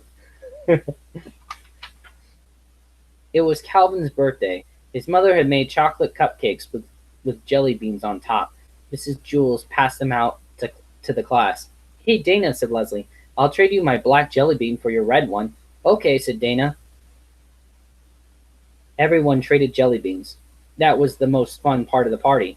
Beebe was very excited. Tell everybody what you're getting for your birthday, Calvin, she said. I don't know, Calvin mumbled as he stared at his yellow jelly bean. He's getting the best present, cried Beebe.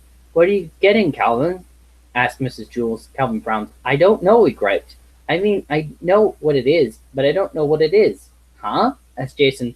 See, I usually get toys, Calvin tried to explain, but they always break or get lost or something happens to them. But this year I'm getting something I'll never lose. I'll have it for the rest of my life. What is it? Asked Terence. A tattoo? Said Calvin. Ooh, how neat, exchanged Mauricia. Everyone thought it was a great present. You're so lucky, Calvin, said Rhonda. I wish I could get a tattoo, too. Instead, I got a tutu. I got a tutu, too, said Dana. My parents won't let me get a tattoo, complained John. My parents wouldn't let me get one either, said Calvin. Then for my birthday, they said I would get one. But now I can't decide what to get. My dad's taking me to the tattoo parlor after school today. I just can't make up my mind. Get a snake, said Stephen. No, get an eagle, said Dee Dee. They're the best. A dead rat, suggested Kathy. I just don't know, said Calvin. I've never had to make such a tough decision. Nothing else I do matters very much. It's not like choosing jelly beans. If you pick the wrong color jelly bean, big deal, you can always spit it out. But once you get a tattoo, you can't change your mind. You can't erase tattoos. Whatever I'll get, I'll have for the rest of my life. Get a naked lady, said Jason. Calvin shook his head. I just don't know. Where are you going to put your tattoo? Asked Alison. Calvin threw up his hands. I don't know. You should put it on your arm, said Myron. That's the best place for tattoos. You're crazy, Myron, said Todd. Put it on your chest, Calvin. I know where you should put it, said Dana, but I can't say. She giggled like a maniac. Then she whispered it into Jenny's ear. Jenny giggled too. All day everyone had lots of suggestions for Calvin. They told him what kind of tattoo he should get and where he should put it, a rainbow on his forehead, a flower on his cheek, an anchor on his arm. It was easy for the others to make suggestions. They wouldn't have to live with him for the rest of their lives. I just don't know, Calvin repeated over and over again. Phoebe drew a lot of pictures for him in case he wanted to choose one of those. She drew lions, tigers, buffaloes, and butterflies. If you like one, I can draw it on your skin for you, said Phoebe. Then the tattoo man can trace over it. I just don't know, muttered Calvin. I just don't know. After school, Calvin's father picked him up and drove him to the tattoo parlor. The next day, when he walked into the class, everyone stared at him. They couldn't see a tattoo. Did you get one? Asked Mauricia. Calvin smiled. Yep, he said. Where is it? Asked Jason. Dana gasped. I know where, she exclaimed. She and Jenny giggled. Well, what'd you get? Asked Todd. It was a real tough decision, said Calvin. I almost got a leopard fighting a snake, but then my dad told me to think about it. He said it was sort of like getting a second nose. You may think you want another nose, because that way, if one nose gets stuffed up, you can breathe through the other nose. But then he asked me, Calvin, do you really want two noses? Your father is very wise, said Mrs. Jules. Calvin nodded. That made me think, he said. I decided I didn't want a snake and a leopard fighting on my body for the rest of my life. I suddenly knew exactly what I wanted. He pulled up his left pant leg. There was a small tattoo just above his ankle. Everyone crowded around to look at it. A potato, exclaimed Leslie. How stupid. That's the worst tattoo in the world, said Mac. They all thought it was a dumb tattoo. Anything is better than a potato, said Jason. It's a pretty potato, said Beebe, trying to be nice. I wish I could draw potatoes that good, but even Beebe thought it was a dumb tattoo. I like potatoes, said Calvin. I would hope so, said Mrs. Jules. Calvin could tell Mrs. Jules didn't like his tattoo either. I would have gotten an eagle, said Dee Dee, soaring across the sky. Not me, said Terence. I would have gotten a lion. I would have gotten a kangaroo, said Leslie. All day everyone told Calvin what they would have gotten: a fire-breathing dragon, a lightning bolt, a creature from outer space. None of them said they would have gotten a potato, but Calvin knew better. He knew it was easy for his friends to say what would they have gotten, because they really hadn't had to choose. He was the only one who really knew what it was like to pick a tattoo. Even Mrs. Jules didn't know that. He looked at his potato. He smiled. It made him happy. He was sure he had made the right choice. At least he was pretty sure. Dee Dee ran across the playground screaming. At first, Louis thought she was just having fun, but then he realized something was wrong. He hurried after her and grabbed her arm. Dee Dee, are you all right? He asked. She stared at him wide-eyed as she continued to scream. Several other kids gathered around. What's wrong with Dee Dee? Asked Myron. I don't know, said Louis. Dee Dee hiccuped 3 times and gasped. I saw her. Who? Asked Louis. Dee Dee didn't answer. She just stared right through him. But everyone else knew whom Dee Dee had seen. Most of them had seen her too during the last 2 weeks. Where was she? Asked Todd. On the monkey bars, said Dee Dee, still trembling and breathing hard. I was hanging upside down, and suddenly she was hanging upside down right next to me. Did she wiggle her ears? Asked Jenny. Only one, said Dee Dee. I jumped off and ran away before she could wiggle the other one. That's good, said Rhonda. Who is she? Asked Louis. A hippopotamus? No, said Myron with a laugh. Why do you say that? Because when a hippopotamus gets mad, it wiggles its ears. She's worse than a hippopotamus, said Alison. I saw her last week at the water fountain, said Todd. I bent down to get a drink, and then there she was drinking at the faucet next to me. I saw her on the stairs, said Rhonda. I was going up the stairs, and she went right past me, sliding down on the banister. Who? Asked Louis. Mrs. Gorf, said Dee Dee. Just saying the name sent a shiver of fear through her body. Oh, your old teacher, said Louis with a shrug. Is she back? I always wondered what happened to her.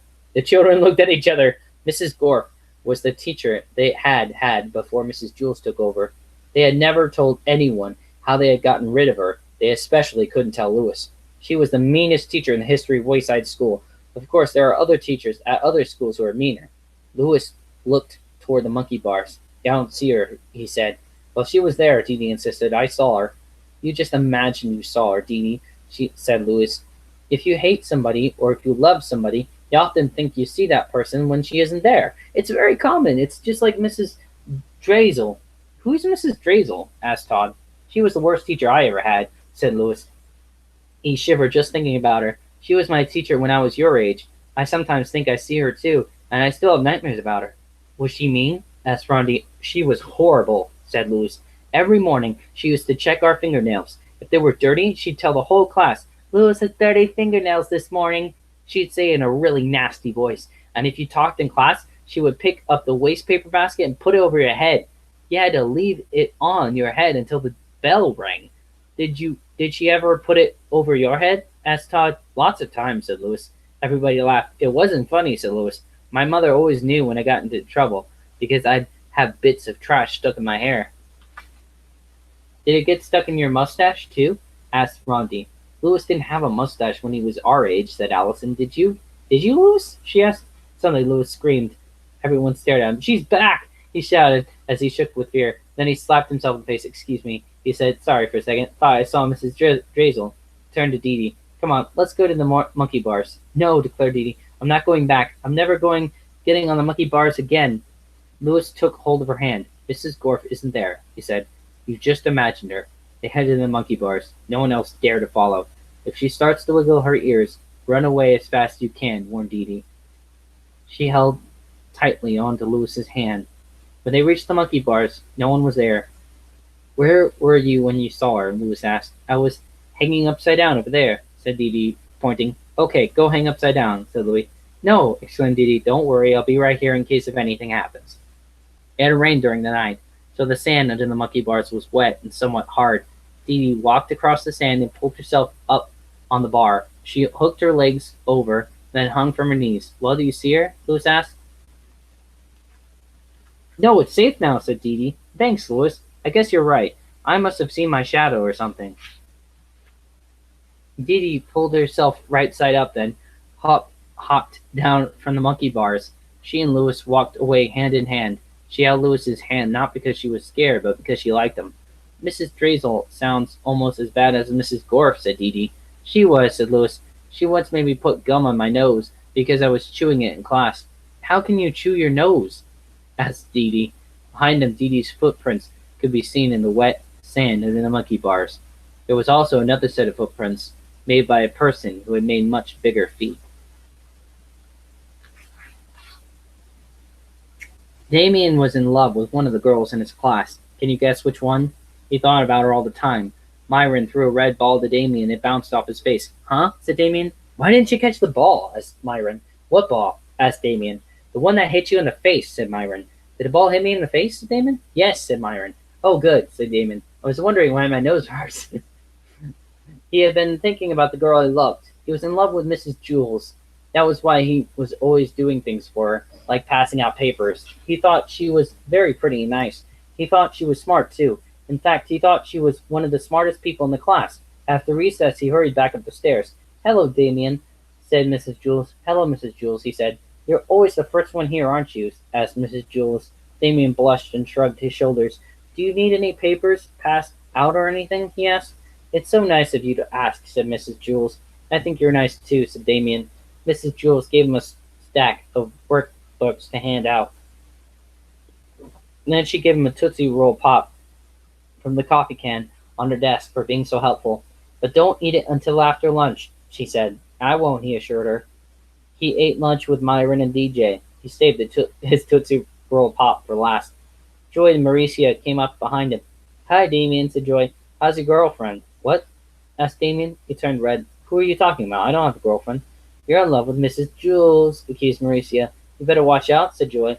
Mr. Jules might come after you. The two girls laughed. I don't know what you're talking about, said Damien. I'm not in love with Mrs. Jules. He looked to his friends for support. Myron shrugged. DJ smiled. Prove it, said Joy. Prove you're not in love with her. That's stupid, said Damien. How can I prove I'm not in love with Mrs. Jules? Give her this, said Joy. She handed Damien a paper bag. Your lunch? Said Damien. Look inside, said Mauricia. Inside the paper bag was a dead rat. Damien knew Mrs. Jules hated dead rats more than anything in the world. Put it in her desk, said Joy. If you don't, it means you love her, said Mauricia. I'm not in love with her, said Damien. Prove it, said Joy. Okay, I will, said Damien. The girls left. You don't have to put the dead rat in her desk, said DJ. We don't care, said Myron. You think I'm in love with her too, don't you? Asked Damien. Myron shrugged. DJ smiled. Some friends you are, said Damien. I'll show you. After lunch, he was the first one back in class. He carried Joy's paper sack. Hello, Damien, said Mrs. Jules. Did you have a nice lunch? It was all right, he muttered. Oh, would you mind getting the construction paper from the closet and putting it on my desk? Said Mrs. Jules. Thank you. Damien went to the closet and got the construction paper. He put it on her desk. Then, when she wasn't looking, he opened her desk drawer and dumped the dead rat into it. He shut the drawer. Thank you, Damien, said Mrs. Jules. You are always so helpful. It's such a pleasure to have you in my class. Damien felt awful. Mrs. Jules read his story to the class. Damien couldn't pay attention. He kept wondering when she'd open her drawer. After the story, they had art. Everyone was supposed to make snowflakes. Damien folded his piece of construction paper in half. Mrs. Jules screamed. What's wrong, Mrs. Jules? Asked Joy. Somebody put a dead rat in my desk, said Mrs. Jules. I did, declared Damien. Damien, Mrs. Jules said with great surprise. Why? Because I hate you, said Damien. You're always making me do things for you. Oh, I see, said Mrs. Jules. Should I write my name on the board under discipline? He asked. No, that won't be necessary, said Mrs. Jules. That made him feel even worse. Why did I have to prove myself to Joy? He wondered. I don't like Joy. I like Mrs. Jules. He felt rotten. When the bell rang, Damien waited for all the other kids to leave. Then he walked to Mrs. Jules' desk. She was grading papers. Yes, Damien? You want me to erase the board for you? He asked. That's all right, said Mrs. Jules. I'll do it myself. Damien sadly walked out of the room and down the stairs. When he reached the bottom, he turned and ran all the way back up to Mrs. Jules' room. She was putting on her coat. I love you, Mrs. Jules, Damien declared. I'm sorry I put the dead rat on your desk. I did it because I didn't want everyone to know I loved you. I'm sorry. I love you too, Damien, said Mrs. Jules. You do? What about Mr. Jules? Just because I love Mr. Jules, it doesn't mean I can't also love you. Love is different from most things. She picked up a piece of chalk. If I gave my piece of chalk to someone, then I wouldn't have it anymore. But when I give my love to someone, I end up with more love than I started with. The more love you give away, the more you have left. Damien smiled. I love you, Mrs. Jules, he said. He felt his heart fill up with more love. I love you, Damien, said Mrs. Jules. This is getting disgusting, said the dead rats. They climbed out of Mrs. Jules' desk and walked out of the room. It was purple, so Jenny read the story backward. When she finished, she threw up. Okay, said Jenny. So read the story backwards, suggested Mrs. Jules. That was the beginning. That was that way the beginning will be a surprise. But I already know how the story ends, Jenny complained. I only like stories with surprise endings. Good point, said Mrs. Jules. Here, you can read the story yourself. It's very funny. She gave the book to Jenny. All I heard was the last sentence, said Jenny. It isn't funny unless you know what happened first. Why aren't you laughing, Jenny? Asked Mrs. Jules. Didn't you think it was a funny story? That made Dana laugh harder. There goes the gecko box, said Myron. Everybody laughed except for Jenny. Dana laughed hysterically. Mrs. Jules looked back at the story she had been reading before Jenny's interruption. There was only one sentence left for her to read. She read it to the class. Jenny made a face. She could still taste the awful stuff. The next time you'll drink your prune juice more quickly, said Mrs. Jules. Jenny sat down. Mrs. Jules waited for Jenny to sit down. Jenny wrote her name on the blackboard and the word discipline. Well, what? That's no excuse, said Mrs. Jules. Now, go write your name on the blackboard and the word discipline. I couldn't leave the table until I finished it, explained Jenny, and then I missed the bus. What does prune juice have to do with anything? Asked Mrs. Jules. Because I hate prune juice, Jenny griped. Why are you late? Asked Mrs. Jules. I can't hear you, said Jenny. I better take off my helmet. She took off her helmet. Take off your helmet, said Mrs. Jules. What? Asked Jenny. Why are you late? Asked Mrs. Jules. Jenny caught her breath. What? She asked. She couldn't hear too well because she was still wearing the motorcycle helmet. Mrs. Jules looked up from the story she had been reading up to the class. You're late, she said. She hopped off the bike in front of the Wayside school and charged up the stairs. Her stomach was still going up and down as she opened the door to Mrs. Jules' room. She put on her helmet. Then her father drove her to school on the back of a motorcycle. It was a very bumpy ride. Put on your helmet, said her father. I'll drive you to school on the back of my motorcycle. I missed the bus, Jenny grumbled. What are you doing home? Asked her mother. So she finally got it all down, then hurried as fast as she could to the bus stop. When she got there, the bus was just pulling away. She sighed, then turned around and ran all the way back home. Her mother wouldn't let her leave the breakfast table until she finished her prune juice. It took her forever. She hated prune juice more than anything in the world. One day Jenny was late for school.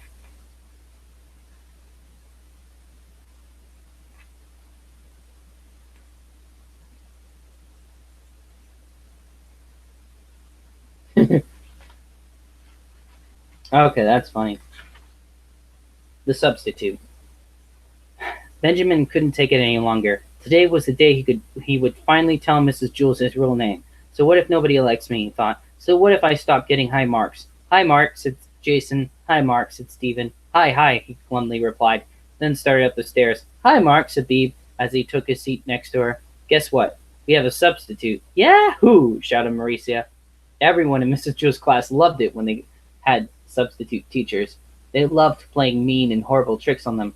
Benjamin frowned. He finally had the courage to tell Mrs. Jules his real name. Rats, he said. That's a good idea, said Terence. We'll put dead rats in her desk. Let's trick her into going outside, said Joy. Then lock her out of the room. What if she tells Mr. Kidswater? Asked Eric Fry. So what, said Joy. She'll have to go all the way down to the office, and then all the way back up. By then we'll unlock the door. Mr. Kidswater will think she's bonkers. Benjamin looked at the substitute teacher sitting at Mrs. Jules' desk. She looked like a nice lady. She wore tiny spectacles and had long gray hair tied in a ponytail. He felt sorry for her, and he felt sorry for himself. I was going to tell Mrs. Jules my name, he thought. I really was. The substitute stood up and walked to the center of the room. Good morning, she said. My name is Mrs. Franklin. Nobody said good morning back to her. Calvin handed Benjamin a note. At 10 o'clock, drop your book on the floor. Pass it on. Benjamin read it, then passed it on to Todd. Okay, who can tell me what page we're on? Asked Mrs. Franklin. Page 17, asked Myron. 112, said Maricia. 98. 98, said Eric Ovens. 3,000, said Joe. Mrs. Franklin smiled. I guess we'll have to study all those pages, he said. Benjamin raised his hand. Yes, the handsome young man in the red shirt, said the substitute. He told us the correct page. We're on the page 102, he said. Thank you, said the substitute. What is your name, please? Benjamin thought a moment. He looked around the room, then boldly told the truth. My name is Benjamin, he stated proudly. Several kids snickered. Thank you, Benjamin, said the substitute. There were more snickers. You're welcome, said Benjamin. He felt good, even if the other kids were laughing at him. Mrs. Franklin asked the question from page 102. Jason answered it correctly. Very good, said the substitute. And what is your name, please? Jason looked around. Benjamin, he asserted. The class giggled. Thank you, Benjamin, said Mrs. Franklin. The other half giggled. Dana answered the next question. And what's your name? Mrs. Franklin asked Dana. Benjamin, Dana blurted, then fell giggling on the floor. Thank you, Benjamin, said the substitute. Everyone was hysterical. My, it is certainly a pleasure to teach such happy students, said the substitute. Who knows the answer to the question 4? They all raised their hands. They all wanted to tell the substitute their names were Benjamin. They were having so much fun they forgot to drop their books at 10 o'clock. At recess, everyone congratulated Benjamin on his great trick. You're a genius, Mark, said Todd. Benjamin is such a funny name, said Jason. How'd you ever think of it? But my name really is Benjamin, said Benjamin. So is mine, said Stephen. Mine too, said Leslie. They all laughed. Do you think she really believes we're all named Benjamin? Said Eric Ovens. Probably, said Joy. She's so stupid. If she thought we were lying, she would have gotten mad, said Eric Bacon. The bell rang and they all hurried back to class. After recess was social studies. Who would like to read? Said Mrs. Franklin. Every hand went up. Okay, Benjamin, said Mrs. Franklin as she pointed at Dana. Everyone laughed. Dana giggled a few seconds, then got control of herself and read from the book. Thank you, Benjamin, said the substitute. When Dana finished reading, okay, Benjamin, you may read next, she said, pointing at Terence. Everyone laughed. It was the first time all year Terence had volunteered to read. All day, everyone paid very close attention. They all wanted the teacher to call on them, because as funny as it was when Mrs. Franklin called somebody else Benjamin, it was even funnier when she called you Benjamin. So everyone worked hard and listened closely as a result. They learned more from the substitute in a day than they usually learned from Mrs. Julians in a month. When the final bell rang, everyone crowded around her desk. Are you coming back tomorrow, Mrs. Franklin? Asked Eric Bacon. Please, Mrs. Franklin. Say you will, pleaded Kathy. You're the best substitute teacher we've ever had, said Jason. The substitute smiled. School is over, she said. You don't have to call me Mrs. Franklin anymore. That sounds so formal. Since we're friends now, you may call me by my first name. What is your first name? Asked Mauricia. The substitute gathered up her things and put them in a straw bag. Benjamin, she said, and then walked out of the room. Everyone stared silently after her. Do you think that's really her name? Asked Joy. Alison started up the stairs 5 minutes before the bell rang for school to start. The stairs were completely empty. Alison liked it that way. When the bell rang, the stairs would be crammed with 1,000 screaming kids scurrying to their rooms, but now it was nice and peaceful. She walked up past the 18th story and toward the 20th. There was no 19th story in Wayside School. Mrs. Zarbs taught the class on the 19th story. There was no Mrs. Zarbs. Alison didn't understand it. If there was no 19th story, then wasn't her class really on the 29th?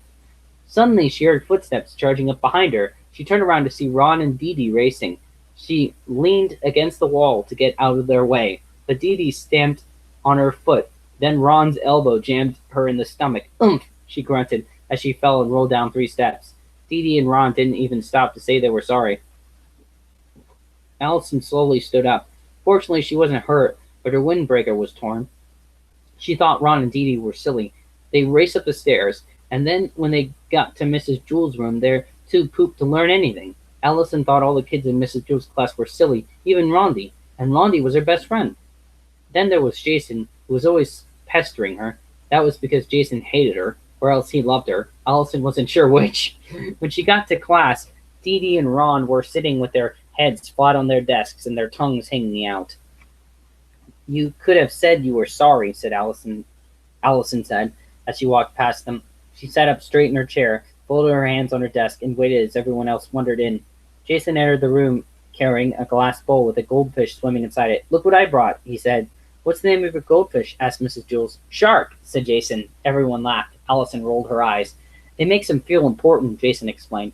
Where should I put him? How about on top of the coat closet, suggested Mrs. Jewls. Jason had to stand on the chair on his tiptoes. He held the bowl at the very bottom as he tried to nudge it over the edge of the closet.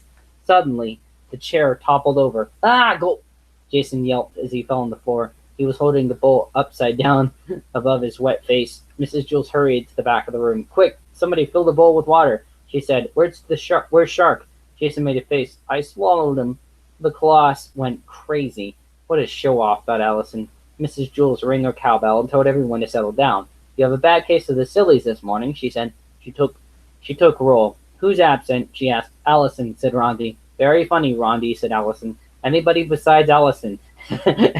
Asked Mrs. Jewls. I'm here, Mrs. Jewls, said Alison. She sat behind Eric Fry, so she thought Mrs. Jewls couldn't see her. Eric Fry was the biggest kid in class. Just Alison, said Mrs. Jules. She marked it on her green roll card.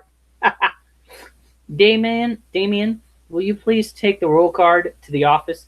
Alison stood up. I'm not absent, she said. Damien took the roll card and walked out the door. Mrs. Jules, did you just mark me absent? Asked Alison. Mrs. Jules didn't answer her. Alison marched to her desk. Mrs. Jules, did you mark me absent? She asked again. Mrs. Jules looked up. Terence, what are you whispering about? Nothing, mumbled Terence.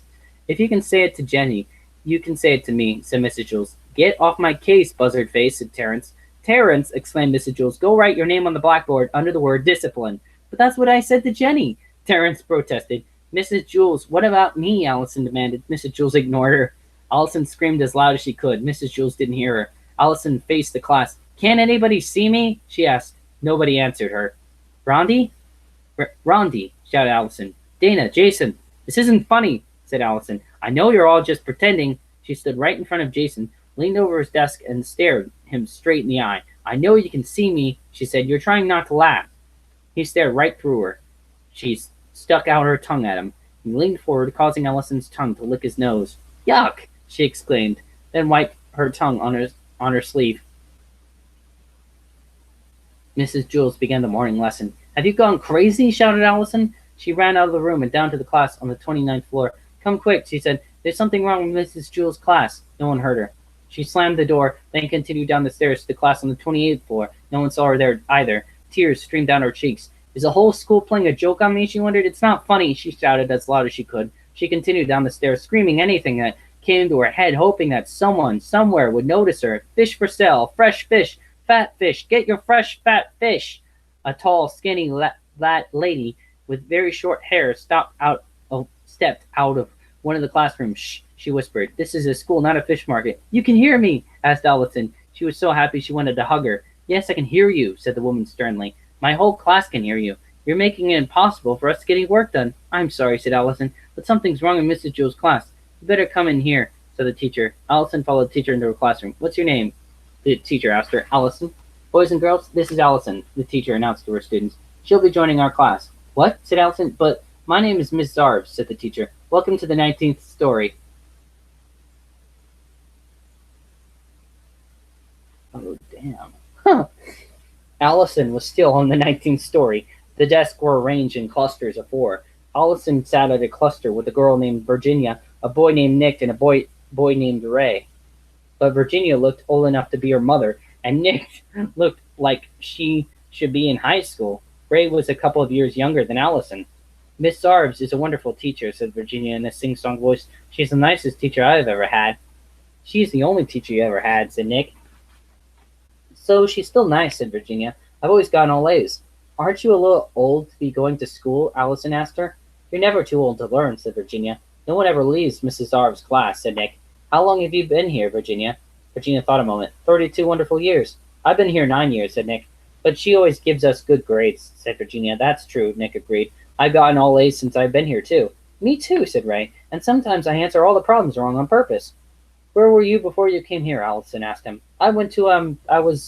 Ray shook his head. That's funny, I don't remember. I don't remember where I came from either, said Virginia. Well, I do, said Alison.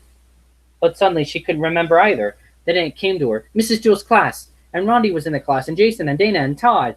She named every member of the class, including all 3 Erics. She didn't want to forget where she came from. If I forgot where I come from, I might never get back, she thought. Did you say there was a girl named Beeb Gunn? Said Ray. Yes, said Alison. Beeb's a very good artist. My last name is Gunn, too, said Ray.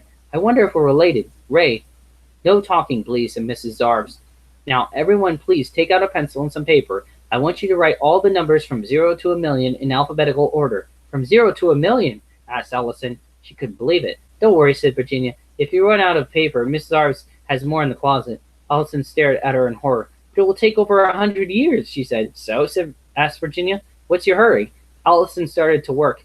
It was bad enough having to write down all the numbers from 0 to 1,000,000, but she couldn't imagine how she'd ever put them in alphabetical order. 1 came before 2, 3 came after 1. 3 came after 1, but before 2.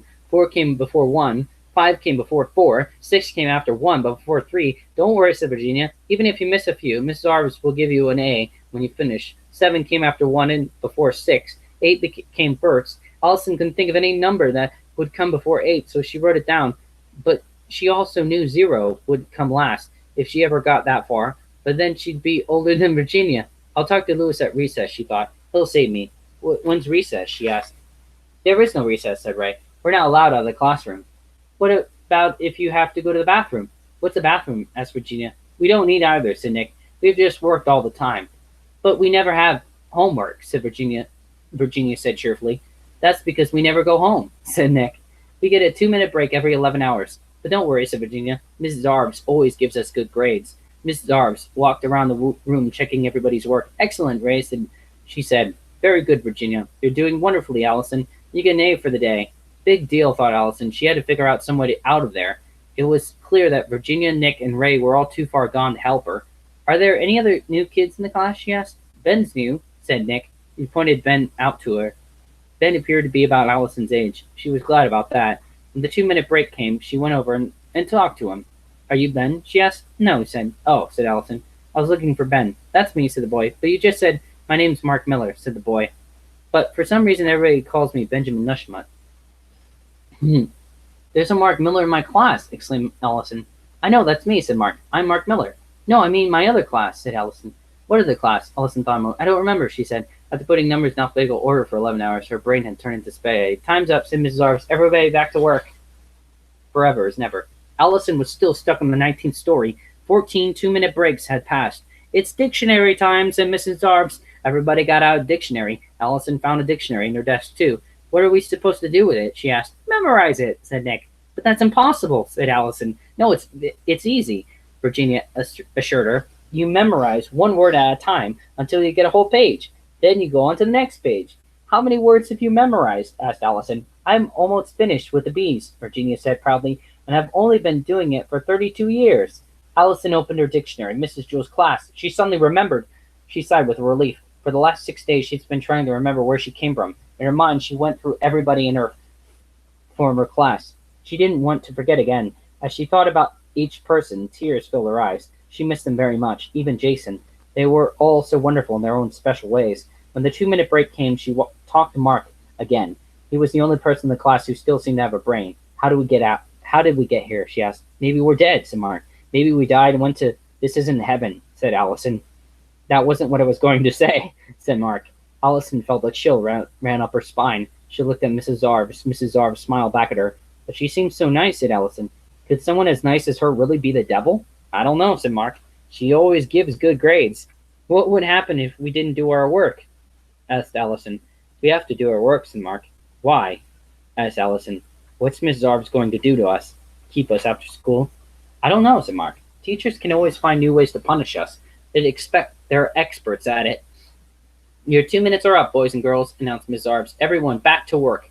Alison returned to her seat. She tried to figure it all out, but she had so much busy work to do. She didn't have time to think. That's her plan. Alison suddenly realized. She shivered as it all came together for her. Mrs. Arbs assigns us lots of busy work, so we don't have time to think. She makes us memorize stupid things so that we don't think about the important things. And then she gives us good grades to keep us happy. Miss Arbs walked around the room. Very good, Virginia, she said. You are doing so well. Excellent, Ray. Good job, Nick. She stopped when she got to Alison. Alison, why aren't you working? Alison looked at her. She knew Mark was right. Teachers are experts at finding ways to punish you. If Miss Arbs was the devil, she knew what she might have up her sleeve. Still, Alison had to take a chance. If she wanted to get back to Mrs. Jewell's class, she had to act as if she were in Mrs. Jewell's class. She took off her shoes and socks, sat on the floor, and sucked her toes. Alison, what are you doing? Asked Mrs. Arbs. Alison took her toe out of her mouth. Get off of my case, buzzard-face, she said. Mrs. Arbs was furious. Return to your desk, young lady, she ordered. Alison returned to her desk, but instead of sitting at it, she climbed on top of it and sang a song. I got one sock looking for the other one sock looking for its brother. When I find that sock, I'll tell you what I'll do. I'll put it on my foot and I'll stick it to my shoe. Mark Miller smiled at her and silently clapped his hands. Everyone else looked at her like she was crazy. Your socks are on the floor, next to your shoes, Miss Arbs said coldly. I'll give you 10 seconds to put them on your feet. 10, 9, 8, 7. Alison climbed down from her desk. She picked up her socks and put them on her ears. How's this? She asked. 6, 5, 4. Albert Einstein didn't wear socks, said Alison. Why should I? 3, 2. Alison closed her eyes. 1. She felt something slam down on her foot. Something else jammed into her stomach. Umph! She grunted as she fell and rolled down the 3 steps. Are you all right? Asked Dee Dee. Huh? Said Alison. She was on the stairs, somewhere between the 18th and 20th stories. Sorry, said Ron. I didn't see you. Dee Dee and I were racing up the stairs, and then you suddenly appeared. You knocked off her shoes and socks, exclaimed Dee Dee. Oh, I ripped your windbreaker too, said Ron. I'm sorry. That's okay, said Alison. She picked up her shoes and socks. Racing up the stairs, all 3 ran up to Mrs. Jewell's room. When they got there, they were so pooped they sat with their heads flat on their desks and their tongues hanging out. Hi, Alison, said Rhonda. Alison raised her head. Hi, Rhonda, she said happily. What did I miss while I was absent? When were you absent? Said Rhonda. Hey, how come you're not wearing your shoes and socks? Alison hung her socks from ears. What do you think? She asked. It's the new look. Rodney laughed. Alison, said Mrs. Jules, you seem to have a bad case of the sillies this morning. Alison giggled. Jason entered the room carrying a glass bowl with a goldfish swimming inside it. Look what I brought, he said. What's the name of your goldfish? Said Mrs. Jules. Shark, said Jason. Everyone laughed. It makes him feel important, Jason explained. Where should I put him? How about on top of the coat closet? Suggested Mrs. Jules. Jason had to stand on a chair on his tiptoes. He held the bowl at the very bottom as he tried to nudge it over the edge of the closet. Alison turned around to watch. She didn't want to miss this. Mr. Kidswatter's voice crackled over the loudspeaker. Mrs. Jules, send Eric to my office at once. He sounded mad. Mrs. Jules was confused. When did we get a loudspeaker? She asked. Louis put it in yesterday, said Jenny. Mrs. Jules was still confused. There were 3 Erics in her class. She didn't know which one Mr. Kidswatter meant. Eric Fry was fat but not short. Eric Bacon was short but not fat. Eric Ovens was short and fat. Mrs. Jules chose the biggest Eric. Eric Fry, Mr. Kidswatter wants to see you. Eric Fry trembled as he slowly stood up. The other 2 Erics smiled. The principal's office was on the 1st floor. It's not fair, Eric thought as he headed down to his doom. Anytime any Eric does something wrong, I'm the one who gets into trouble. He stood in front of the principal's door. His heart beat very fast. He took a couple breaths, then knocked lightly. Enter, boomed Mr. Kidswatter. Eric turned the doorknob. He took 1 step inside, then stood with his back against the wall, as far away from Mr. Kidswatter as he could get. Mr. Kidswatter sat behind an enormous desk. He wore mirrored sunglasses so Eric couldn't tell where he was looking. Sit down, Eric, he said. Eric moved to the small metal chair in front of the desk. A bare light bulb hung above his head. Mr. Kidswatter cracked his knuckles. We can do this the easy way, or we can do this the hard way, he said. It's your choice.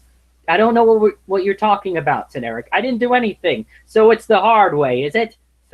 Asked Mr. Kidswatter. Very well, you'll talk. One way or the other. You'll tell me everything I want to know. But Mr. Kidswatter pounded his fist on the desk. When was the last time you sharpened your pencil? Eric tried to remember, but he was too nervous to think. Wait, let me think, he stammered. We had a spelling test on Friday, but I borrowed... Where were you yesterday afternoon at 12:15? Asked Mr. Kidswatter. Yesterday? Asked Eric. I was here at Wayside School. I remember I ate lunch, and then I played kickball. Mr. Kidswatter smiled. Do you kick with your left foot? He asked. No, I'm right-footed, said Eric Fry. Grumbled Mr. Kidswatter. Have you ever gotten your hair cut at Charlie's barber shop? Yes, said Eric, 2 weeks ago. Aha, said Mr. Kidswatter. So you admit it. Do you know what a mugworm giblet is? Eric Fry turned pale. No, please, he begged. I didn't do it. I'm innocent. You've got the wrong Eric. There are 2 other Erics in my class. Mr. Kidswatter scowled. So that's the way you're going to play it, is it? Well, that's fine with me. I've got all that time in the world. He flicked on the microphone. Mrs. Jules, send me another Eric. 29 floors above them. Mrs. Jules looked at the 2 remaining Erics. Okay, Eric Ovens, she said. Eric Ovens shivered, his eyes filled with tears. Why me? He asked himself over and over again as he walked down the stairs. It's my parents' fault. Why did they have to name me Eric? Why couldn't they name me Osgood? He tapped on the door to the principal's office. Come in, bellowed Mr. Kidswatter. Eric Ovens gulped, then walked inside. He sat in the little chair in front of Mr. Kidswatter's enormous desk. Eric Fry was nowhere to be seen. What happened to Eric Fry? He asked. I'll ask the questions, barked Mr. Kidswatter. But don't worry, Eric, he said gently. You'll have nothing to fear so long as you tell the truth. He cracked his knuckles. Eric Ovens was very scared. Mrs. Jules always said that there was more than one answer to every question. He hoped to give Mr. Kidswatter the right ones. Did you have a spelling test last Friday? Mr. Kidswatter asked. Yes, said Eric Ovens. How did you know that? I have my ways, Mr. Kidswatter said slyly, behind his mirror glasses. When was the last time you sharpened your pencil? This morning, said Eric Ovens. Marcia accidentally stepped on it, and did you play kickball yesterday at a quarter after 12? No, I played tetherball. Right or left-handed? Right. Mr. Kidswatter tossed a stapler at him.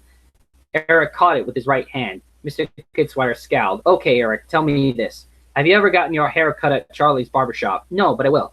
I'll go right now if you want. You're not going anywhere, shouted Mr. Kidswatter. Have you ever heard of a mugworm giblet? Eric Ovens screamed. Upstairs, Mrs. Jules heard Mr. Kidswatter's voice resound over the loudspeakers. Mrs. Jules, send me the last Eric. On the way, said Eric Bacon. He hopped out of his chair and bounced down the stairs. He didn't bother knocking on Mr. Kidswatter's door. He just walked right in. What can I do for you? He asked. There was no sign of Eric Ovens. Have a seat, said Mr. Kidswatter. I just want to ask you a few questions. Sure thing, said Eric Bacon.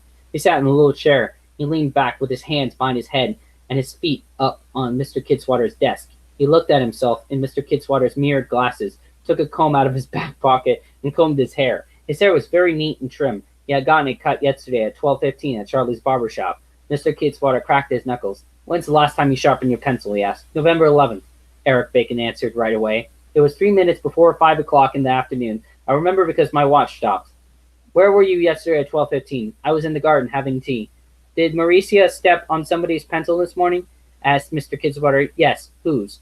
She stepped on everybody's pencil, said Eric Bacon. Are you left-handed or right-footed? Demanded Mr. Kidswatter. I write with my left foot and I kick with my right hand, replied Eric Bacon. Mr. Kidswatter scowled. Have you ever gotten your hair cut at Charlie's barbershop? No, I never get my hair cut, said Eric Bacon. I'm that. This is a wig.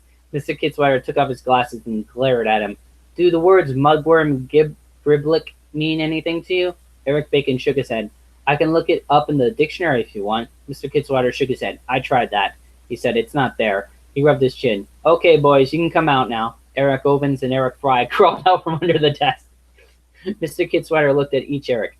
One of you is lying, he said. I don't know who it is, but I'll find out. And when I do, whoever it is will be very sorry. Now I'll give you one last chance to come clean. Eric Fry trembled. Eric Ovens shivered.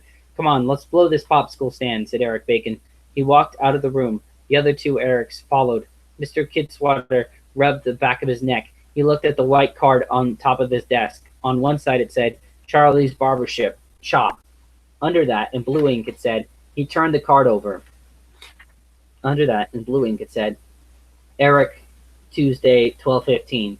He turned the card over. On the other side, a left-handed person had written with a sharp pencil, Mr. Kidswatter is a mugworm giblet. Something terrible happened.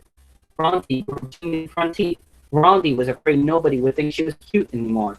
Mr. Jules was giving a health lesson. Always brush your teeth, she said, and remember to scrub behind your ears. But I'll get toothpick in my ear, exclaimed Todd. Everyone laughed, except for Rhonda. She didn't want anybody to see her teeth. She hadn't smiled for a week. Mrs. Jules made Todd write his name on the board under the word discipline. At recess, Rhonda decided to tell Louis her problem. Louis was talking to Dee Dee. Do you have any green balls left? Asked Dee Dee. I'm sorry. I've already given them all the way, said Louis. That's not fair, said Dee Dee. Why don't you ever save one for me? You know I can't do that, said Louis. If I save a ball for you, then all the other kids will want me to save balls for them too. Thanks for nothing, Louis, said Dee Dee. She stormed away. It was Rhonda's turn. She made sure nobody else was listening. Louis, will you help me? She whispered. Sure, Rhonda, what's the problem? Asked Louis. Rhonda smiled, showing Louis her teeth. Very nice, said Louis. And listen to this, said Rhonda. She sells seashells by the seashore. Very good, said Louis. No, it isn't, complained Rhonda. I used to whistle when I said words with S's in them. Now nobody will think I'm cute. I think you're cute, said Louis. You don't count, said Rhonda. Well, thanks a lot, said Louis. I didn't mean it bad, said Rhonda. You think everybody's cute, even Miss Mush. That's why I like you. Thank you, Rhonda. I like you too. Thank you, said Rhonda. Will you please kick me in the teeth? No, said Louis. Why not, said Rhonda. You said you liked me. If you like me, you kick me in the teeth. You know I can't, said Louis. If I kick you in the teeth, then all the other kids will want me to kick them in the teeth too. Rhonda scowled. Thanks for nothing, Louie, she said. She crawled into the bushes where nobody would be able to see her mouth. Louie, Louie, shouted Stephen and Jason as they ran toward him. Terrence stole our ball, said Jason. I wish you children would learn to share, said Louie. Make him give it back, said Stephen. Louie started to say something, then stopped. He twirled his multicolored mustache. Hey, Rondi, he called. Will you help me? Rondi crawled out of the bushes. You wouldn't help me, she said. Why should I help you? Terrence stole their ball, said Louise. Make him give it back. Her, said Stephen and Jason. Me? Asked Rondi. Louis winked at her. Rondi's eyes lit up. Okay, Louis, she said. That's a good idea. That's a wonderful idea. She hurried across the playground. Stephen and Jason ran after her. Oh, Terrence kicked a red ball in the air, then ran under and caught it. Hey, Terrence, said Rondi, that's not your ball. You stole it. Drop dead, ketchup head, said Terrence. Rondi walked up to him, stared him straight in the eye, and said, In your hat, muskrat. That surprised Terrence. He took a step back. Then he collected himself and said, Dig a hole, Millie Mull. Rondi took another step toward him. Kiss a goose, Dr. Seuss, she replied. Terrence looked around. A group of kids had formed a circle around them. Go to jail, garbage pail, he said. Rondi held her ground. Go to the zoo, Mr. Jagoo, she retorted. Everyone was very impressed by how brave Rondi was. Now give me the ball, she demanded. You want it? Asked Terrence. I'll give it to you, all right. He raised his fist in the air. Good, let me have it, said Rondi. She smiled, showing him her 2 new teeth. Terrence shook her fist at her. You're asking for it, he said. That's right, said Rondi. I am. Her teeth gleamed at him. Terrence brought his fist way back behind him. Rondi closed her eyes. Hey, look, exclaimed Beep. Rondi's got new teeth. They're cute, said Jenny. Rondi opened her eyes. You think so? She asked. No, you were cuter before, said Paul. I think she's cuter now, said Todd. They took a vote. 12 kids thought she looked cuter with her 2 new teeth, and 12 thought she looked cuter before. There, 3 thought she should just keep just keep 1 tooth. So Rondi decided to keep her teeth. They were good for biting carrots. Uh-oh, she suddenly remembered. She ducked just in time. Joe was next in line. He had forgotten his lunch. And what would you like, Joe? Said Mrs. Mush. What do you have? Joe asked. Potato salad, said Mrs. Mush. Anything else? Asked Joe. No, just potato salad, said Miss Mush. Mrs. Jules had made Miss Mush throw away the rest of the mush from surprise, and she made Miss Mush promise never to make it again. Okay, I'll have potato salad, said Joe. Miss Mush smiled. She scooped a large glop of potato salad out of the vat and plopped it on Joe's paper plate. Sherry was next in line. She had also forgotten her lunch. And what would you like, Sherry? Asked Miss Mush. What do you have? Asked Sherry. Potato salad. What else is there? Asked Sherry. Nothing, said Miss Mush. Okay, said Sherry. I'll have that. Potato salad, asked Miss Mush. No, nothing, said Sherry. Joe was the only one who ordered the potato salad. Everyone else ordered nothing. He slid his paper plate over the cash register and paid for his lunch. Then he went to the ketchup and mustard table. He looked at the grayish-white mound on his plate. He thought it needed more color. He squirted squiggly lines of mustard all over it. Then he added several dollops of red ketchup. That's very pretty, Joe, said Beep. I didn't know you were such a good artist. Thanks, said Joe. He looked for a place to sit. Hey, Joe, over here, called John. Joe sat next to him. Hi, pal, he said. Hi, good buddy, replied John. They were best friends. John had brought his lunch. He looked at Joe's potato salad covered with yellow squiggles and red polka dots. That's very colorful, he said. Thanks, said Joe. They both stared at it. I wonder what it tastes like, said John. Who knows, said Joe. There's plenty more potato salad, called Miss Mush. Who wants seconds? Nobody wanted seconds of potato salad. Several kids went back for seconds of nothing, but soon Miss Mush ran out of nothing. Finally, Joe picked up his plastic fork and stuck it into the glop. What does it feel like? Asked John. Lumpy and gooey, said Joe. He dragged his fork over the mound, swirling the mustard and ketchup together. Kind of spongy, too. The colors mixed with the potato salad. It turned a pale orange. It looks like a face, said John. Joe laughed. He shaped it so it would look even more like a face. He piled up some potato salad at the center, giving it a nose. John had a plastic spoon. He dug out 2 holes for the eyes, then made eyebrows. That's good, said Joe. He gave it a big smiling mouth. John made long pointy ears. They both laughed at their creation. I wonder what it tastes like, said John. Who knows, said Joe. They stared at it. It kind of looks familiar, said John, like somebody I know. Who? Asked Joe. I'm not sure, said John. Joe noticed it too. It does look familiar, he agreed. I've seen that face somewhere before, said John. Me too, said Joe. The smile on the potato salad abruptly turned into a frown. Whoa, did you see that? Asked Joe. John's eyes filled with terror. I just figured out who it looks like, he whispered. Who? Asked Joe. Mrs. Gorf. Potato salad laughed. Ha ha ha, said Mrs. Gorf. Now I'll get you. You think you're so cute, don't you? Well, you won't get away from me this time. She wiggled her ears, first her right one, then her left.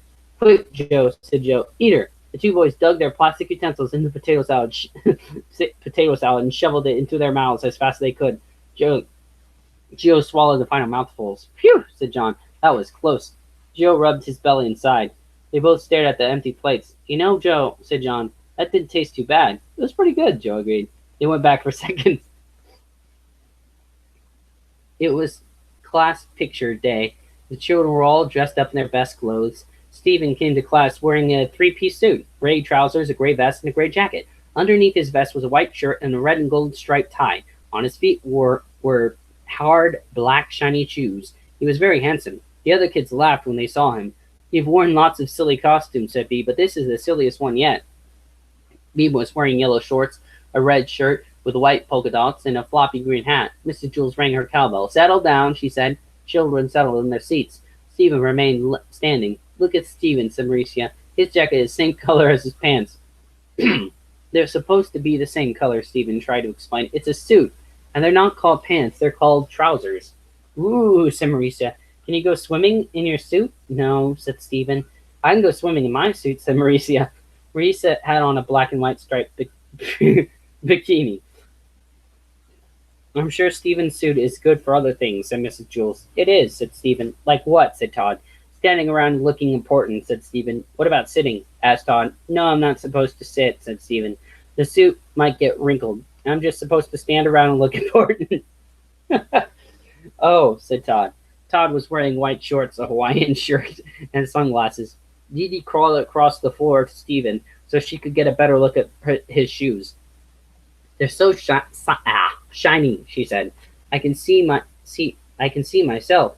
She knocked on one of his shoes with her fist. They're hard, too.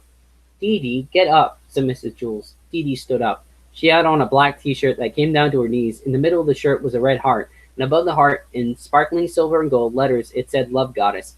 I bet they're good for kickball, huh, Stephen? She asked, since they're so hard. No, said Stephen, I can't run in them, and they hurt my feet. Then why do you wear them?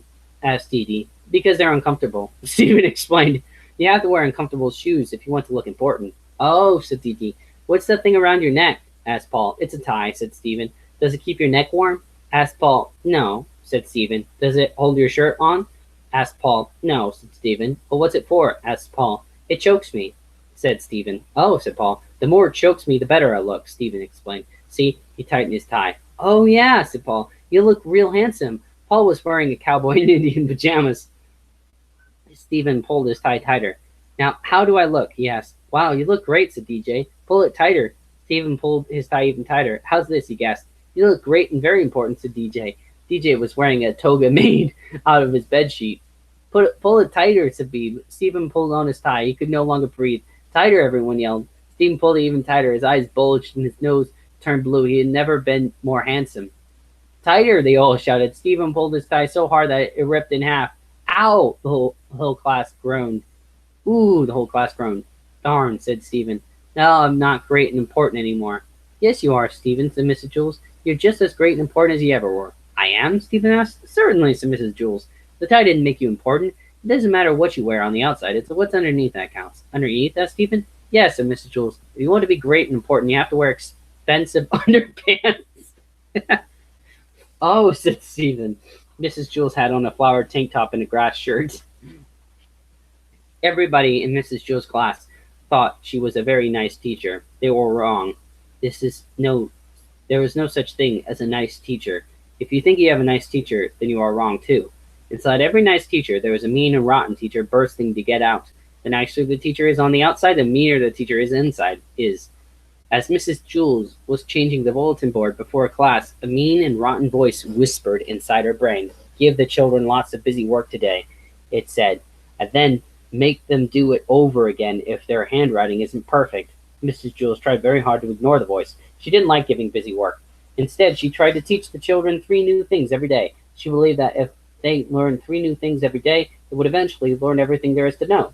There are some classes where the teachers give so much busy work that the children never learn anything. What do you care if the children learn anything? Asked the mean, rotten voice. It's not your job to teach them. It's your job to punish them. Keep them in at recess.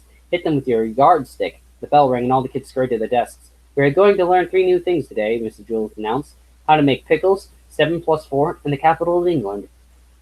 All the children paid close attention. The capital of England is London, said Mrs. Jules. 7 plus 4 equals 11, and pickles are made by sticking cucumbers in brine.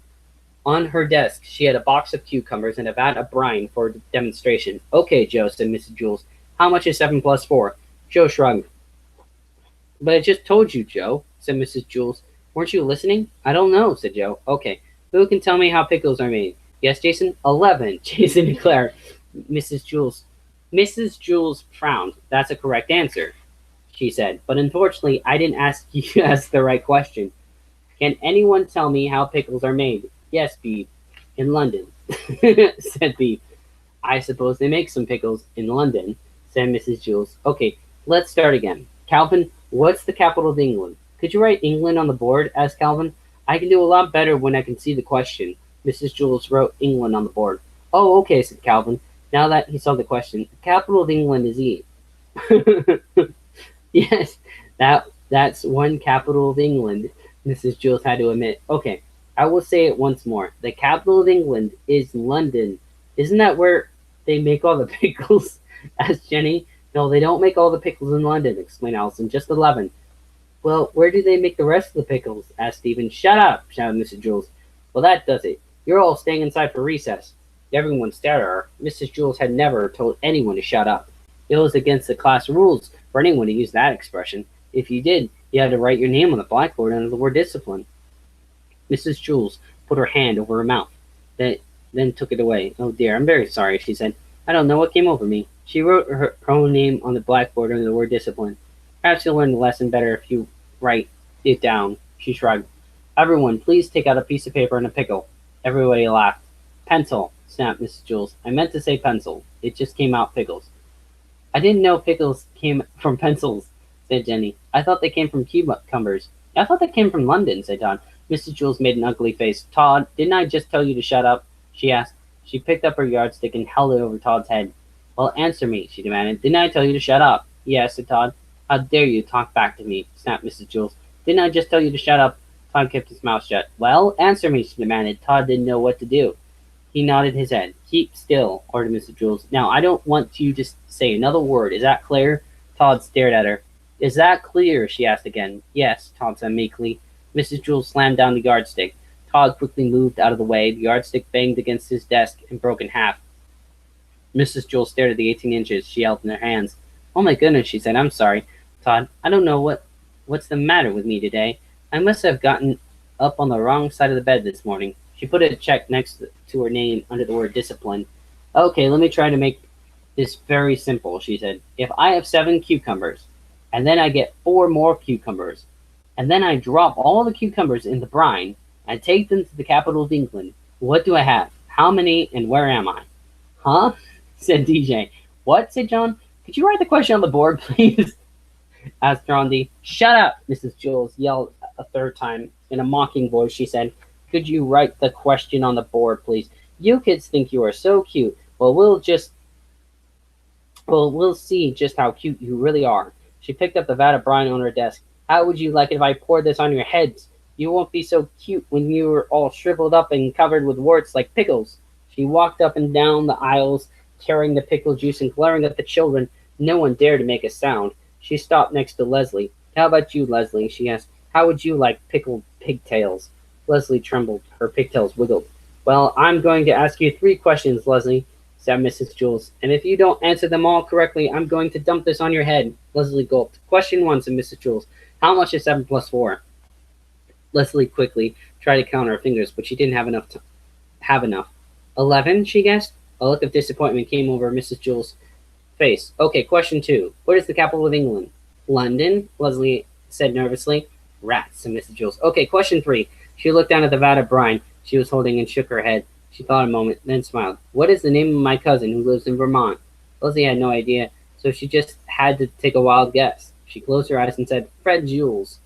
Wrong, exclaimed Mrs. Jules. She raised the vat of brine high above Leslie's head and started to tip it over. Paul jumped out of his seat. Those pigtails had once saved her life. Now it was his turn to return the favor. He pushed the vat of brine back the other way. He was just trying to push it up straight, but he pushed it up too hard. It poured over Mrs. Jules, drenching her. Paul froze in terror. Mrs. Jules blinked her eyes. Pickle juice dripped down her face. Thanks, Paul, she said. I needed that. Brine had cured her. She circled her name on the blackboard and sent herself home early on the kindergarten bus. Jay and Mauricia were best friends. They sat down on the grass to eat their lunches, but then Mauricia remembered she needed chocolate milk. She went to get some milk from Miss Mush. When she returned, she couldn't find her lunch. What happened to my lunch? She asked. Joy looked up at her, then shrugged her shoulders. I set the lunch down right here, said Mauricia. You saw me, didn't you? Joy shook her head. I put it here, then I went to Mrs. Mush's room to get some chocolate milk. I had a peanut butter and banana sandwich, and there's no way I can eat a peanut butter and banana sandwich without chocolate milk.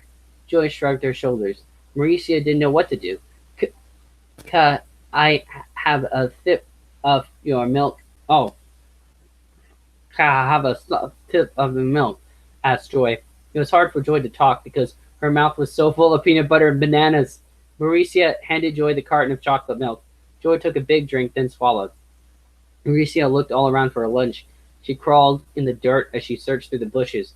Any luck, asked Joy as she finished Mauricia's chocolate milk. I found it, Mauricia explained. Joy coughed on the chocolate milk. You did? She asked, then coughed again.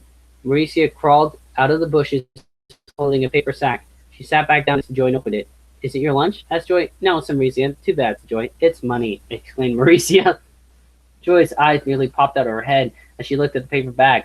It was stuffed with dollar bills. Now, there weren't just $1 bills. There were a few $5 bills and $10 bills, but mostly $20 bills. We found $1 million, Joy whispered. We? Asked Mauricia. They counted the money. It wasn't $1 million. It was $20,655. Let's split it, said Joy. You take half and I'll take half. Maybe I should show it to Louise, said Mauricia. Louise, exclaimed Joe. Are you crazy? Let's spend it. We can buy a skateboard or a bicycle or a horse or a fancy car or an airplane. I like taking the bus, said Mauricia. You could buy ice cream, said Joe. All the ice cream you could ever want for the rest of your life. She knew Mauricia loved ice cream more than anything else in the world. Mauricia smiled as she thought about it. No, I better show it to Louis. He'll know what to do. You just get in trouble, warned Joy. Louis will think you robbed a bank. You'll go to jail for the rest of your life. Louis knows I'm not a bank robber, said Mauricia. But what if the real bank robbers find out you have their money? Asked Joy. They'll come after you and murder you. I didn't think of that, said Mauricia. Better give it to me, said Joy. Louis will protect me, said Mauricia. She walked across the playground. Louis was talking to Terrence. He said, If you ever tie Leslie's pigtails to the tetherball poles again, Louis, look, said Mauricia. She held the paper sack up to his face. No, thank you, Mauricia. I'm not hungry, said Louis. It's not my lunch, said Mauricia. Look inside. Louis took the bag from her and looked inside. Very nice, he said, and gave it back to her. Now, I want you to go untie Leslie and tell her. He suddenly stopped talking and blinked his eyes. He looked at Terrence, then at Mauricia, then at Terrence, then at Mauricia, then at the paper sack. Let me see that again, he said. Mauricia gave him the bag. Hey, what about me, said Terrence. Get lost, Jack Frost, said Louis. Terrence ran away. Did you rob a bank? Asked Louis. No, I found it in the bushes, said Mauricia. I believe you, said Louis. We'll have to put it in the lost and found. I know, said Mauricia. If you ever lost it, it's probably very sad. But if no one claims it in 2 weeks, you can have it, said Louis. He took the bag money and headed to the office. Joy was waiting for Louis at the door. Hey, Louis, she said. I lost a bag full of money. Have you seen it? Help, Leslie screamed from the tetherball cord.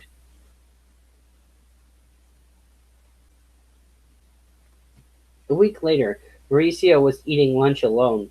She was eating a piece of sweet potato pie. Joy was crawling around in the dirt looking for more bags of money. Joy was... Okay. Mauricia, said Louis, I'd like you to meet someone. This is Mr. Finch. Mr. Finch was an old man with white hair and a long white beard. He shook Mauricia's hand with both of his hands. It's your money, isn't it? Asked Mauricia. Mr. Finch nodded. It was my life savings, he said. For 50 years, I made pencils. I got a penny for every pencil I made. I hate pencils. But finally, I saved enough money to quit my job and do what I always wanted to do. What's that? Asked Mauricia. I'm going to open my own ice cream parlor, he said, and started to cry. When I lost that money, I thought I'd have to start making pencils again. Mauricia cried too. Here, I want you to have this. Blubbering, Mr. Finch. He gave her an envelope containing $500. It was the second largest amount of money Mauricia had ever had. And I will give you free ice cream for the rest of your life at my ice cream parlor, he promised. Thank you, said Mauricia. No, thank you, said Mr. Finch. I'm so glad someone as kind and as honest as you found it. There are so many dishonest people in the world. It's good to know there are still good people, too. They hugged each other. Joy crawled out of the bushes. Hey, who's that? She asked. This is Mr. Finch, said Mauricia. It's his money. Look, he gave me a reward of $500, and I'll get free ice cream for the rest of my life. Well, what about me? Joy demanded. Don't I get anything? Oh, dear me, said Mr. Finch. I didn't realize there was someone else involved. Mauricia would never have found the money if it wasn't for me, said Joy. Why what'd you do? Asked Louis. I stole her lunch. Joy said proudly. Mr. Finch gave her a pencil. Mrs. Jules rang her cowbell. I have some wonderful news, she said. The children stopped what they were doing and looked up. They waited for Mrs. Jules to tell them tell them the wonderful news. You are a very lucky class indeed, said Mrs. Jules. Mrs. Walush, the world-famous dancer, will be coming here to Wayside School. She will teach you how to dance. Everyone was still waiting for the wonderful news. Isn't that exciting, said Mrs. Jules. You will see her every Wednesday instead of going to P.E. Will girls have to dance with boys? Asked Jenny. I suppose, said Mrs. Jules. Gross, exclaimed Leslie. Yuck, said Dana. Will boys have to dance with girls? Asked Ron. Obviously, said Mrs. Jules. No way, said Eric Fry. I'd rather dance with a dead rat, said Terence. Everybody started talking at once about cooties and warts and other horrible diseases you get from touching girls or boys. Mrs. Jules rang her cowbell again, and told them to settle down. Mrs. Jules, I don't need to take dancing lessons, said Eric Bacon. I already know how to dance. Yes, Eric, I've seen you dance, Mrs. Jules said sarcastically. Eric Bacon was a great break dancer, but break dancing was no longer allowed at Wayside School. That was because every time Eric danced, he broke something. Mrs. Walush will teach you the grace and beauty of classical ballroom dancing, said Mrs. Jules. Everybody groaned.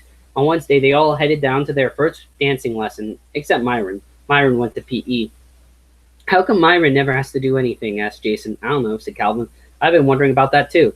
Myron's father must be friends with the president, said Beebe. I think Myron gave Mr. Kidswatter $1,000, said Todd. No, I bet he's blackmailing Mrs. Jules, said Jenny. How could he do that? Asked Benjamin. Maybe Mrs. Jules got drunk, said Jenny, and then she danced on top of her desk with a lampshade on her head, and Myron took her picture. And so now Mrs. Jules has to let Myron do anything he wants, or else he'll show the picture to Mr. Kidswatter. That makes sense, said Mac. Except if she had a lampshade on her head, how would Mr. Kidswatter know it was Mrs. Jules? Asked Todd. No one knew the answer to that. They entered the room on the second floor. Welcome, said Mrs. Walush, a strange-looking woman with bright red hair. It looked like her head was on fire. My name is Ms. Bullish. It's so wonderful to be here at Wayside School. I'm just reading it the way it's spelled here, okay? She wore pink tights and a sparkling pink top. I hope we would be friends, yes? She asked. Nobody said a word. All around were red and green balls. There were also one yellow ball. This was a room where Louis kept the balls for lunch and recess. It was also the room that was always used for school dances. It was the ballroom. So, exclaimed Mrs. Walush, who will be the first? Everyone tried to hide behind everyone else.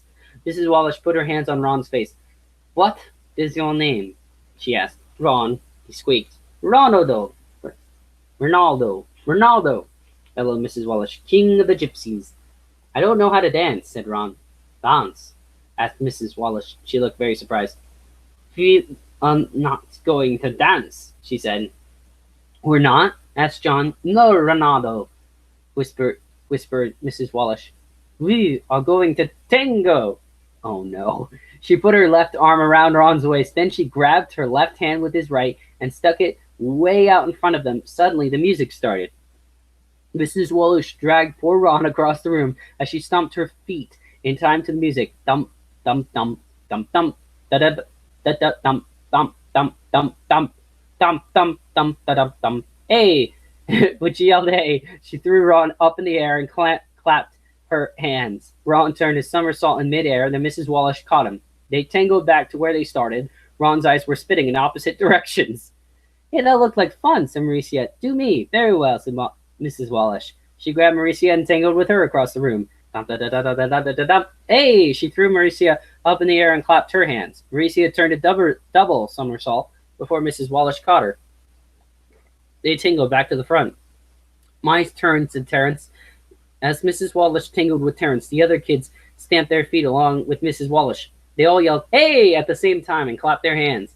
One by one, Mrs. Wallace tangled with every kid in the class. The other kids danced with each other. Boys danced with the girls, and girls danced with boys. They didn't care. Paul danced with Leslie. Dana danced with John. Terence danced with Rhonda. Alison danced with Jason. DJ danced with Kathy. Todd danced with Joy. "Hey!" they all shouted together. Of course, they weren't strong enough to throw each other up in the air. Instead, they tried to trip each other and throw each other into the ground. "Hey!" Even Kathy was having fun. "Hey!" she shouted as she kicked DJ in the rear end. They also threw the ball at each other. "Hey!" Mrs. Wallace began to get tired. Sometimes she didn't catch the children after she tossed them in the air. Dee crashed to the floor. "Wow," she said. "This is more fun than Murder the Man with the Ball. Hey!" At last, the music stopped. Dum, da, da, da, da, da, dum, dum. And everyone shouted, "Hey!" one last time. Mrs. Wallace clapped her hands. "Wonderful," she said, exclaiming, "Fantastique." They all staggered out of the ballroom, cut up, bruised, and bleeding. "Next week, we waltz," Mrs. Wallace called after them. "So how did everyone like dancing?" asked Mrs. Jules when they returned. "Dance?" asked Ronaldo, king of the gypsies. "We didn't dance." "You didn't?" asked Mrs. Jules. "No," said Ronaldo. We tangled. Tangled. Everyone cheered. "It was wonderful," exclaimed Kathy. "Fantastique," said Terence. Myron was sorry he had missed it. I can't wait till next Wednesday," said Todd. Mrs. Jules was teaching the class about mammals. "All mammals have hair," she said. Beeb raised her hand. "Is my father a mammal?" she asked. "Yes, all people are mammals," said Mrs. Jules. "But my father doesn't have any hair," said Beeb. "He's bald." Everybody laughed. Benjamin stared down at his desktop. He was very determined. Mrs. Jules would be hanging out report cards at the end of the week. He had to tell her his real name before then. He raised his hands, but Mac also had his hand raised. "Yes, Mac," said Mrs. Jules. "I heard about a man who was getting his hair cut," said Mac, "and the barber cut off one of the man's ears. See, the man had very long hair. I think he was a hippie, so the barber couldn't see his ear until it fell on the floor." "Thank you, Mac," said Mrs. Jules. "That was a very interesting story." "I'm not finished," said Mac. "When the barber saw the ear on the floor, he said, 'Is that your ear on the floor?' And then the hippie said, 'What? I can't hear you.' So the barber showed him his ear. Then he called an ambulance to take the hippie to the hospital." "Were they able to put his ear back on?" asked Todd. "Well, see," said Mac, "the doctors were all set to sew it to his head. They were in the operating room and everything, but suddenly they couldn't find the ear. Man, they looked everywhere for it." "Did they look under the operating table?" asked Joy. "Yep," said Mac, "it wasn't there." "How about in the bathroom?" asked Eric Bacon. "Maybe they lost it when they washed their hands." "They looked, but it wasn't there," said Mac. "Did they leave it at the barber shop?" asked Jenny. "Nope." "Did they ever find it?" asked Alison. "Yes," said Mac, "but you never guess where." "In the refrigerator," grumbled Mrs. Jules. "No, how would it get there?" asked Mac. "Well, we really need to get back to mammals," said Mrs. Jules. "Yes, Mark?" Benjamin lowered his hand. "My name's not Mark," he said. "My name really is Benjamin. Benjamin Nushma, and I came from Hempleton, not Macedonia." "Fine," said Mrs. Jules, "but we were talking about mammals. Now, the whale is the largest mammal, even though it lives in the ocean. It is still a mammal, not a fish. Do whales have hair?"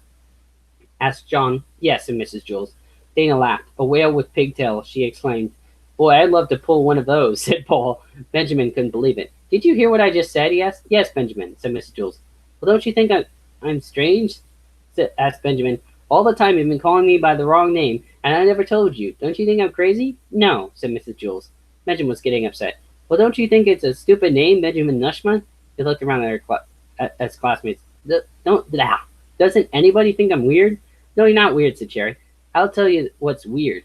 What's weird is bringing a hobo to school for show and tell. I'm the one who's weird."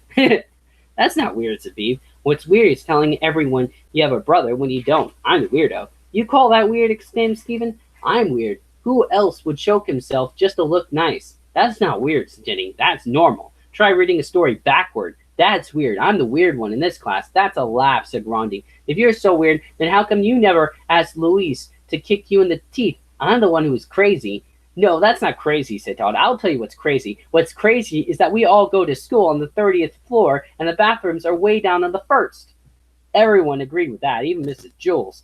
Benjamin shook his head. What a bunch of weirdos, he thought. Then he smiled. He felt proud to be in a class where nobody was strange because nobody was normal. Oh, this must be your lunch, said Mrs. Jules. She gave Benjamin the white paper sack that had been sitting on her desk since Benjamin's first day of school. At lunch, Alison headed down the stairs. Mark, she exclaimed. Hi, Alison, said Mark Miller. Long time no see. He carried a white paper sack, just like Benjamin's. Alison was afraid she was back on the 19th story. Don't worry, said Mark. Suddenly, everyone realized my name was Mark Miller, not Benjamin Nushmont. And then Mrs. Zarbs gave me the bag and told me to take it to the hospital. It is your lunch? Asked Alison. Look inside, said Mrs. Mark. He handed her the bag. Alison looked inside. There was an ear. Alison's eyes lit up. Oh, now I get it, she exclaimed. I understand everything. There is no Miss Zarbs. See, Mac was talking about the ear, then Mark Miller. Benjamin Nushmont said his name wasn't Mark Miller, so that means you... What? Asked Mark. Alison suddenly looked very confused. Never mind, she mumbled. For just a second, Alison had understood everything, but then she lost it. A strong wind whooshed around the playground in the early morning before school, blowing dirt and leaves in the faces of the children. When the bell rang, they could hardly make it from the playground to the school. The wind was blowing directly at them, pushing their hair straight back. With every gust of wind, the school building tethered one way, then tottered the other. As they headed up the stairs, they could feel the building sway back and forth. The higher they got, the more it swayed. Hooray, yelled Kathy. Wayside School is falling down. What are you so happy about, said Joe. We'll all die. Yes, but we won't have to do our homework, said Kathy. They entered the room on the 30th story. Mrs. Jules rang her cowbell. Find your seat, she said. That wasn't easy. All the desks were crammed together on one side of the room. The building swayed and the desks slid to the other side of the room. Finally, the children all found their seats and planted their feet firmly on the floor. We are going to have a fire drill today, Mrs. Jules told them, so let's be prepared. Who is the door monitor this week? I am, said Nat. Good, said Mrs. Jules. I'm just going to stop here for today. See you later.